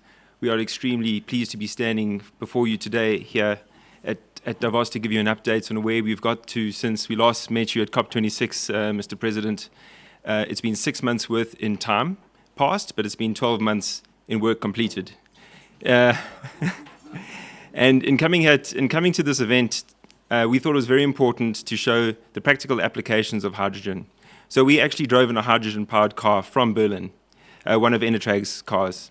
And the first tank of hydrogen that we used in that car was produced by Enetrag at the world's first wind to green hydrogen production facility ever produced, filled up at Enetrag's fueling station.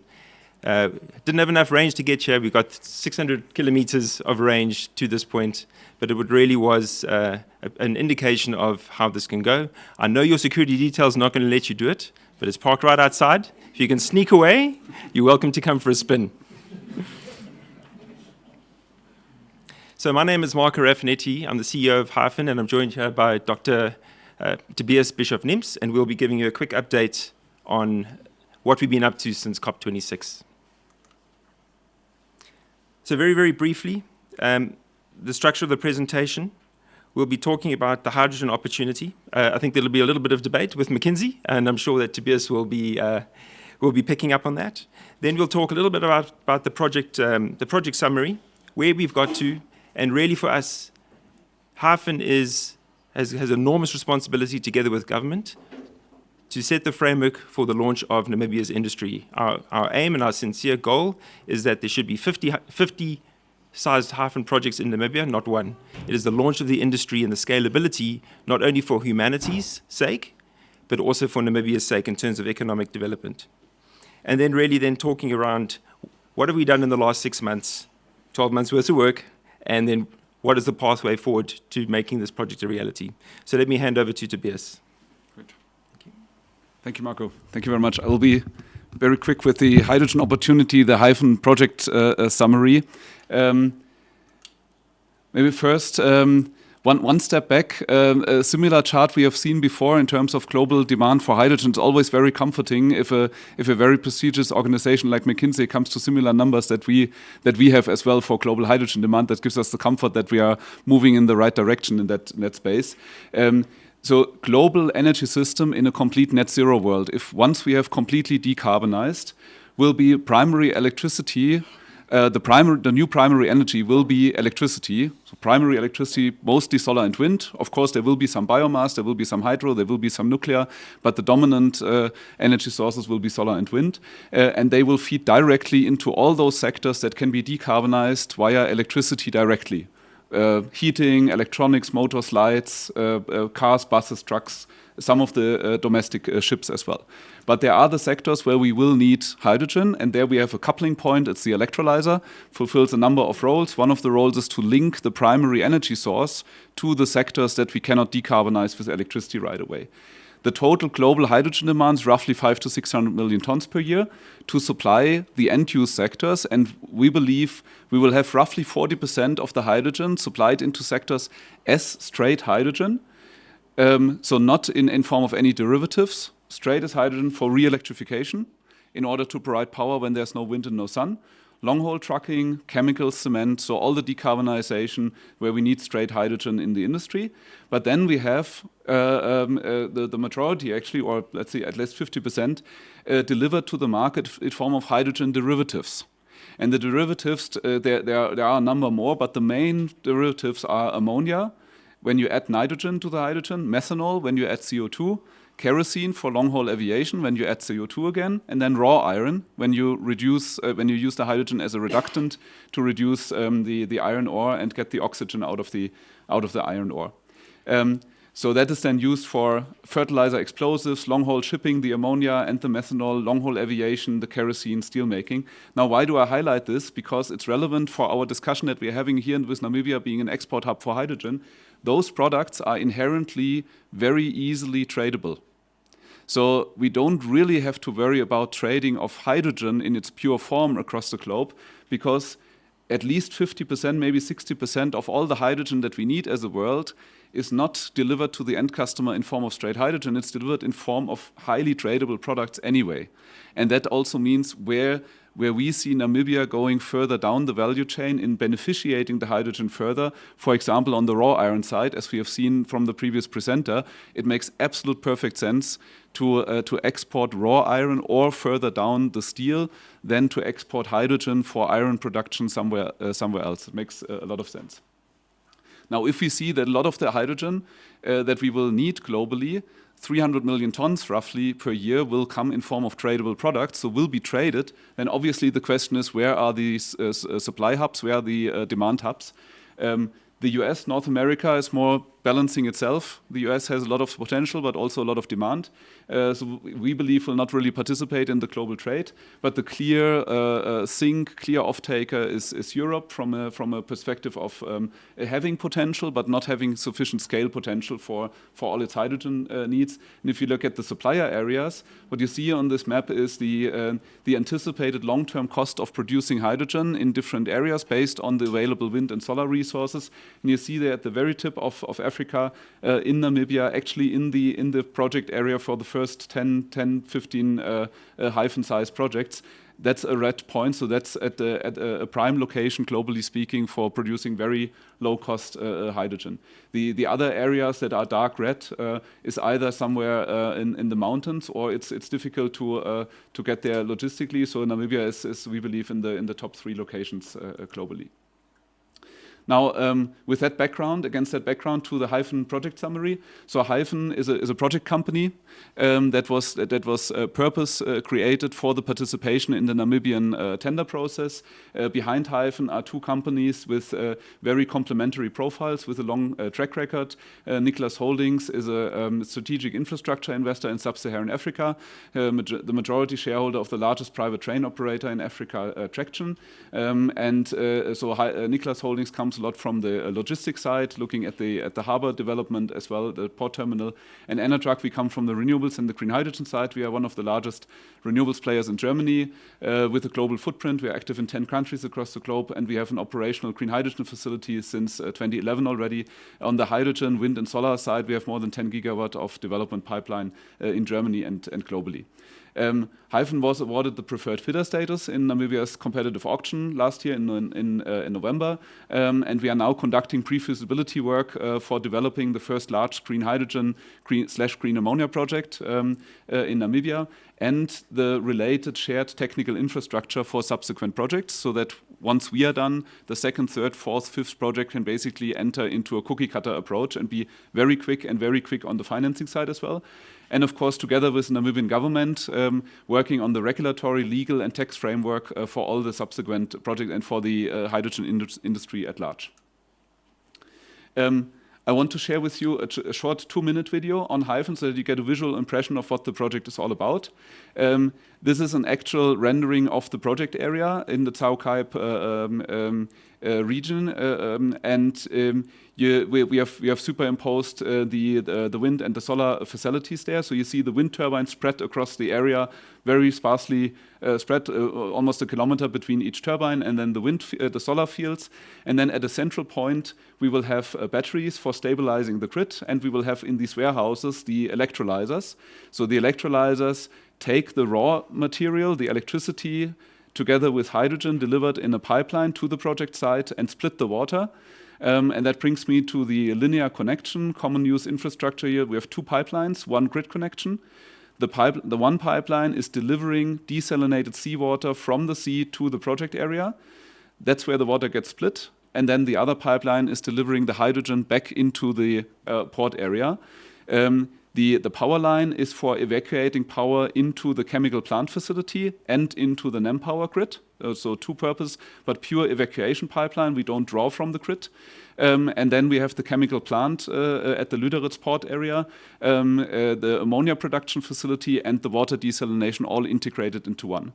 From there, we then go into the sea, again with 3 pipelines.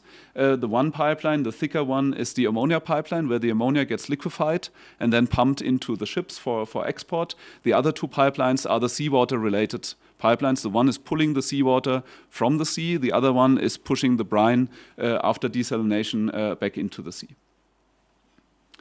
So that's the general layout. Along that entire value chain, as you can see, from the raw source all the way to the exportable product, there are a number of avenues and areas where product, either in form of electricity, in form of desalinated water, in form of straight hydrogen, in form of ammonia, can and will be made available for domestic use within Namibia. And one of them, especially on the electricity side, I want to talk about in the next slides then. The overview of the project, again, what you just saw on the in the video, we are here in the southwest of Namibia. A perfect location for a number of reasons. We have average wind speed of more than 10 meters per second at 100 meter. To put that into perspective, that's roughly what you expect for offshore wind turbines in the North Sea. So extremely good conditions, but with onshore in an onshore setting, which makes it much cheaper than building offshore. On the solar side, we have 2,600 to 2,800 full load hours per year of a solar plant deployed there. Put that into perspective, in Germany, it's roughly 1,000. So almost 3 times the resource out of the same amount of equipment that is deployed.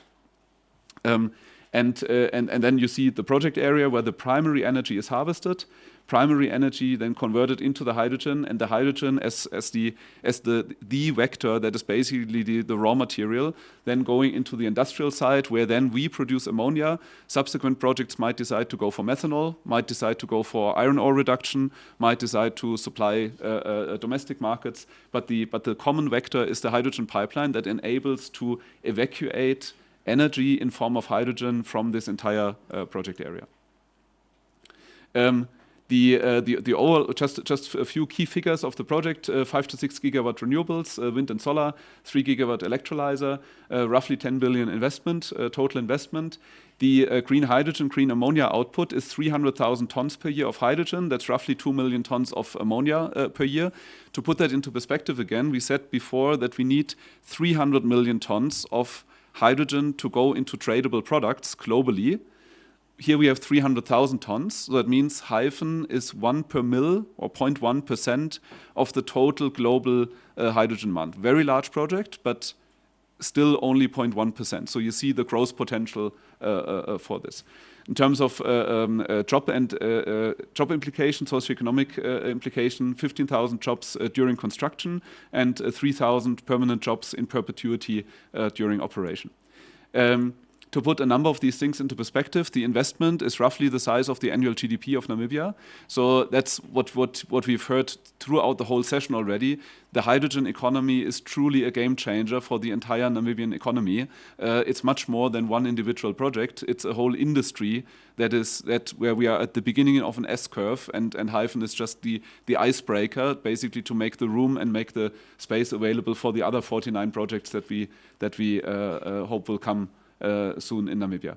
In terms of the hydrogen production, one large steel plant, if they decarbonize, what we heard with the DRI reduction facility, needs roughly 300 to 350,000 tons of hydrogen per year. That's one Hyphen. Again, a large steel plant is large, so Hyphen is large, but still we don't have only one steel plant globally. We have many steel plants that need to be reduced. So it's lots of growth potential. And now also from a geopolitical security of supply perspective, we will produce not straight hydrogen, we will produce ammonia. We don't have to reconvert the ammonia into hydrogen because there's a substantial ammonia demand in Europe and in Germany as well. The 1.7 million tons is more than 50% of the current German ammonia demand. So Germany alone would be able to absorb the ammonia. It doesn't have to be re-cracked into hydrogen, which makes it much easier because it saves a lot of cost as well. And then in terms of build out, that's now how we are thinking around the common user infrastructure and what we are putting in onto the ground in order to enable the subsequent development of further project areas. So you see on the left a shaded area, that's the Hyphen project area. There's a number of additional project areas that were part of the RFP last year already that will come in subsequent RFP rounds. And what we are building is aligned with the view on how the overall utility structure can look like in this area, where you basically have a hydrogen pipeline backbone running from Lüderitz all the way down to Oranjemund, where you have the water pipeline running from there as well. In the beginning, Lüderitz will be the point for the water desalination, but later on there might be additional points for water desalination along that route, which is a few hundred kilometers. And then we have an electricity infrastructure that is not there to bring electricity into the area, but to evacuate the surplus electricity that you always have when you produce green hydrogen. In any green hydrogen project, you always have roughly 10 to 15% surplus electricity, and that electricity via the yellow monolines can then be exported into the Namibian grid to NamPower, but also into South Africa to help South Africa decarbonizing its own electricity sector. Last but not least, there's also on the very south, there's the potential for a connection via hydrogen pipeline into South Africa. You know that in South Africa, the very large Secunda facility owned by Sasol, Secunda alone would need 20 to 25 gigawatt of electrolyzer capacity to be fully decarbonized. Again, Hyphen is only 3 gigawatt. So there's huge potential for Namibia to also evacuate hydrogen into South Africa for decarbonizing the synthetic fuel complex in South Africa. Overall, from a Namibian perspective, great prospects if I look at it in terms of the option space that presents itself, in terms of electricity, very cheap electricity, feeding not just into the Namibian sector, but also into the region. Export potential on the ammonia vector, export potential on straight hydrogen into South Africa, which is a substantial demand in its own rights. So very fortunate situation, I would say, that Namibia finds itself in. Lastly, in terms of the effect on the Namibian electricity sector, just to put that into perspective, how big these projects are, what I show you here is the Namibian electricity sector only, as it is currently planned in the draft National Integrated Resource Plan. In 2040, Namibian electricity will peak at roughly 1.3 gigawatt peak demand. The demand, the black line, is going up and down. That's normal, like day fluctuations, week fluctuations, and you see a typical week in Namibia in 2040. And then we will have, as per the plan, 800 megawatt of solar and 1.5 gigawatt of wind in 2040. Purely electricity sector, doesn't know anything about hydrogen yet. And that's roughly how it will look like. So we will have large part of the electricity will be supplied from wind and solar. There will be times when there's so much wind and solar that there's oversupply that goes into the negative on the y-axis. And that then, as per the IRP, is then used to charge batteries and to feed that back into the gray area when there's not enough wind and sun. So that's electricity sector only. If I now superimpose that and I now stitch together the Hyphen project with the Namibian electricity sector, which are both at the moment optimizing themselves in isolation. If we make that connection, we have the following picture. So we have, that's now roughly, and this is of course a draft in every dimension, it's a draft NIRP. We are not in the detailed engineering yet, but roughly gives you the picture. The total installed capacity of wind and solar in Namibia, of course, will increase substantially because now we have to add the Hyphen capacities. If you look at everything as one Namibian energy sector, and we will have 3 to 3.5 gigawatt of electrolyzer capacity installed, and I show it here on the negative side. So the wind and solar, the surplus wind and solar that one big hydrogen project will produce is so much that it completely decarbonizes the Namibian electricity sector in its own rights. Each hydrogen project of the size of the Hyphen project has roughly 2 terawatt hours of surplus electricity. That's roughly 40% of the total Namibian electricity demand and is more than what Namibia today imports from Eskom. So that's one project. Now, of course, if you go further, you can not just supply your own electricity demand, the black line, but you can push surplus electricity back. I show that on the positive side above the black line. You can push that electricity back into the Southern African power pool. And now, if we go into this 50 Hyphens build out, then we will see this picture here. Now you have the electricity sector on the top, completely decarbonized, and the electricity sector, including a very large growth in the electricity sector, assumed quintupling of the Namibian electricity demand. That's what we've assumed here, assuming that with the existence of very cheap electricity, there will be electricity-intensive industries setting up shop in Namibia. But even with the quintupling of the demand, it will still be small compared to the electricity that is needed for hydrogen production. So the electricity sector basically becomes a side product, and therefore a very inexpensive side product of the hydrogen production industry. And of course, the low-cost electricity goes into mining, manufacturing, iron, metals. All the sectors that need electricity and not necessarily hydrogen will benefit from that there is so much surplus electricity available. And of course, on the hydrogen side, the hydrogen-based high-value products are now based on this low-cost electricity platform: fertilizer, explosives, ammonia, shipping fuel, raw iron, steel, other metals, and then aviation fuel, last but not least. This is what can be made out of this whole large hydrogen production. This is now, of course, a very long-term view with 150 gigawatt of installed electrolyzer capacity. We come there from the perspective of, let's assume that Namibia will capture a 4 to 5% market share in the total 300 million tons of hydrogen per year. I don't think it's unrealistic if I look at the world map. So let's aim for 5%. If Namibia eventually supplies 5% of the global green hydrogen demand, then this is what it would mean in terms of installed capacities and in terms of ramp up. And what is important to note from a jobs perspective, the wind and solar sector in Namibia alone would employ 200,000 people in that end state, and permanent, because the construction activity of wind and solar and electrolyzers becomes a permanent construction activity. You implement over 30 years. Once you are done with the total implementation, you have to rebuild the first wind turbine because it's now 30 years old and you have to start constructing again. So it's a permanent activity in the Namibian sector. In summary, what has Namibian green hydrogen sector to offer? Well, first of all, for the world now, not just with decarbonization, also with security of supply and Ukraine-Russia conflict, accelerated implementation, even more important today than what it was 3 months ago, because it's a truly greenfield approach.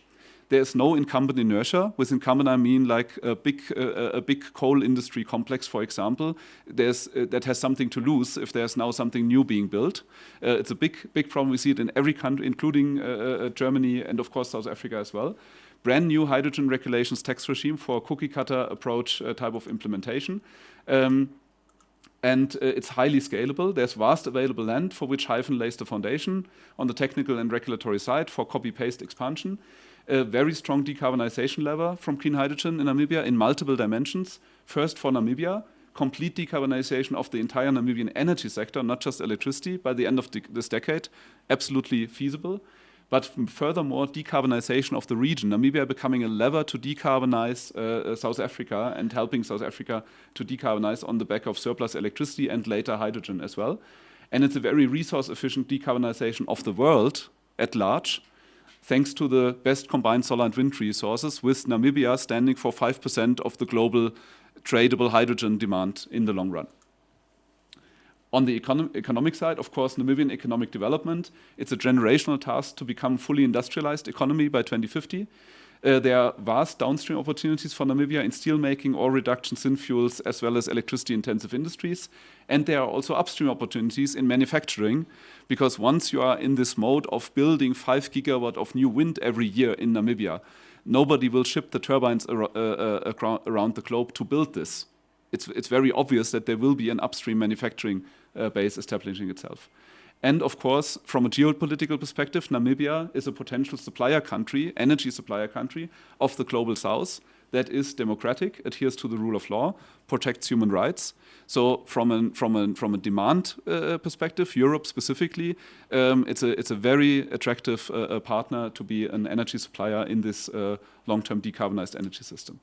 With that, thank you from my side. I will now hand over back to Marco for 2 additional slides on what has been done so far.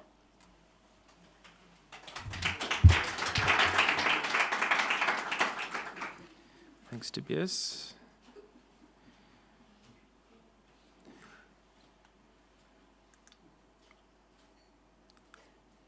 So in the last 6 months, 12 months worth of work, the main focus, and these are not ranked in any order of priority, except for the environment. The environment is first.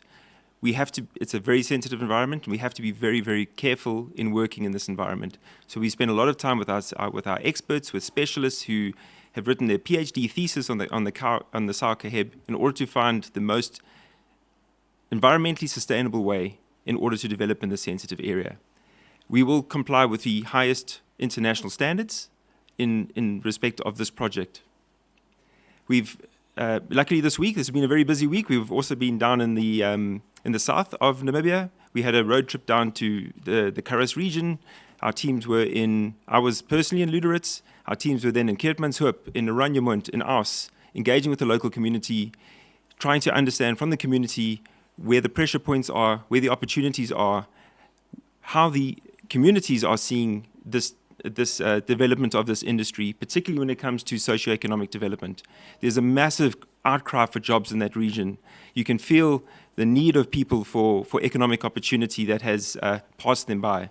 And Lüderitz in particular has a very rich history as being the first location in Namibia for a power station, the first coal-fired power station, the first water desalination plant. And Minister Shimi mentioned to me yesterday, which I didn't know, new information for me, the first stock exchange. So everything is coming back home to Lüderitz as being the first project in the acceleration of green hydrogen. The SCDI master plan, Tobias spoke a lot about that graphic going all the way down the SCDI. Very, very important that that model is centered and structured commercially and technically to enable the rapid scale-up of the industry. We need this industry as a global community to scale incredibly quickly, and we believe the way to do that is through common use infrastructure, where access to that common use infrastructure is completely democratized. Legal and regulatory, that's been a massive focus of the collective teams between government and Hyphen, working on legal and regulatory gaps to make sure that we've identified all the work that needs to be done to enable that set of legislation that Minister Alwendo mentioned as the next step in the implementation of a hydrogen industry in Namibia. Pre-feasibility studies. So we're not yet the awarded bidder, we're the preferred bidder. So we've been front-end loading pre-feasibility activities to make sure that we don't lose time.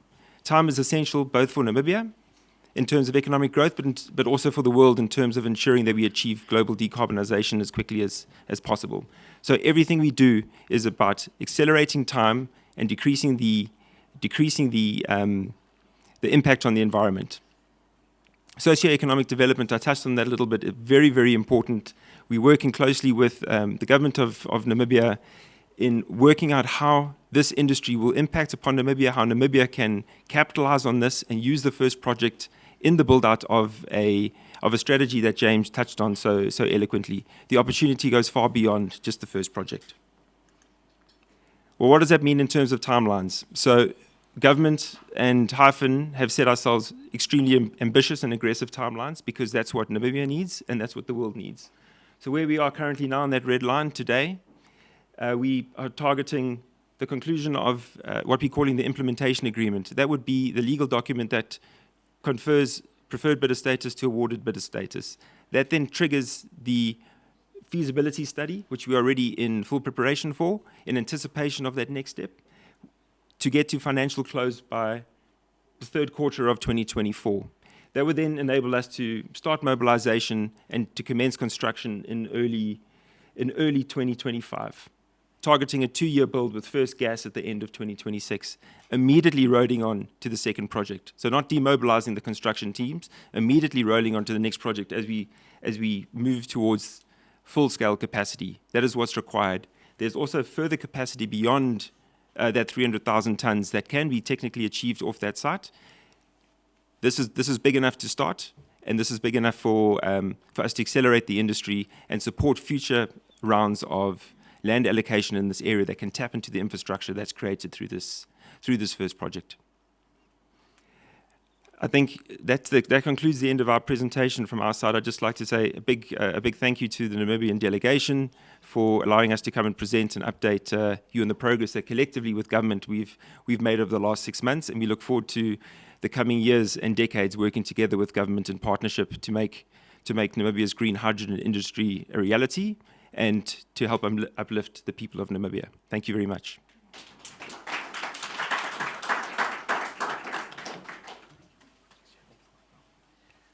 Thank you, Marco. Thank you, Tobias. And, ladies and gentlemen, Your Excellencies, thank you so much for paying attention to our story that we have come to share with you. We've now been together for about 2 hours and a bit.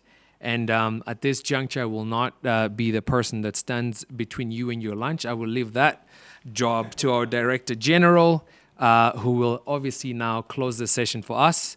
And of course, our Minister of Mines and Energy and fellow ministers will stay behind for any questions. At this juncture, I have to run upstairs quickly. We also have Bloomberg here asking us questions as well. So, ladies and gentlemen, thank you so much for your attention. DG, please do what you do best. Thank you. Thank you, James. Your Excellency, Dr. Hage G. Geingob, right, the Deputy Prime Minister, Madam Netumbo Nandi-Ndaitwah, colleague ministers, colleague Namibians, business esteemed partners that are here with us. I'm not going to be long at all. You can see I have height deficiency. So I'm going to be to the point, crisp, and really. Your Excellency, invariably and always through the last 2 years, the critical path support we've gotten from you is insurmountable. I want to thank you for that as your Green Hydrogen Council and the ministers present.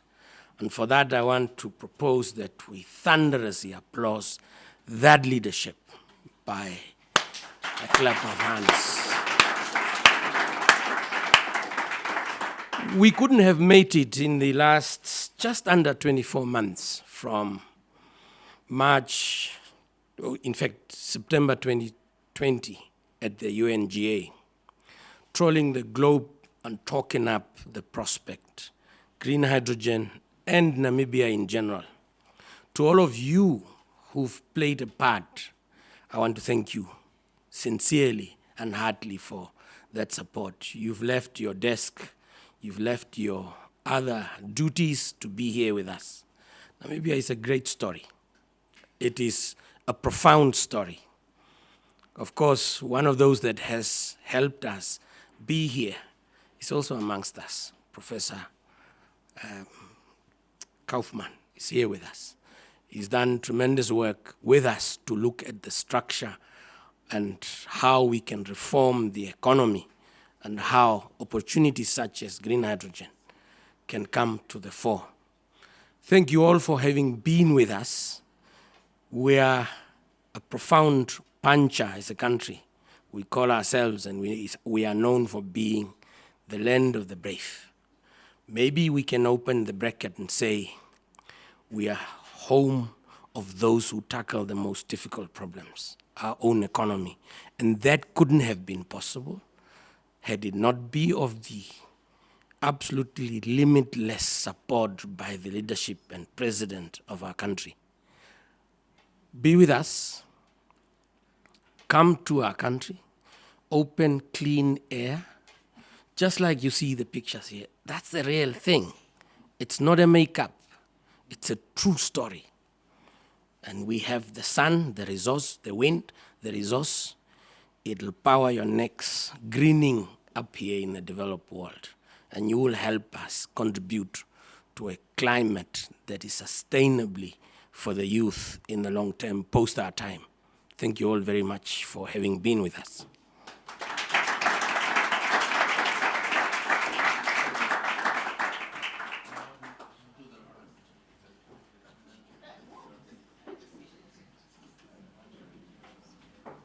DG, I thought James actually asked that you stay, just in case there are, for us, if there are any questions. So, but Your Excellency, you are released. Yeah, thank you very much.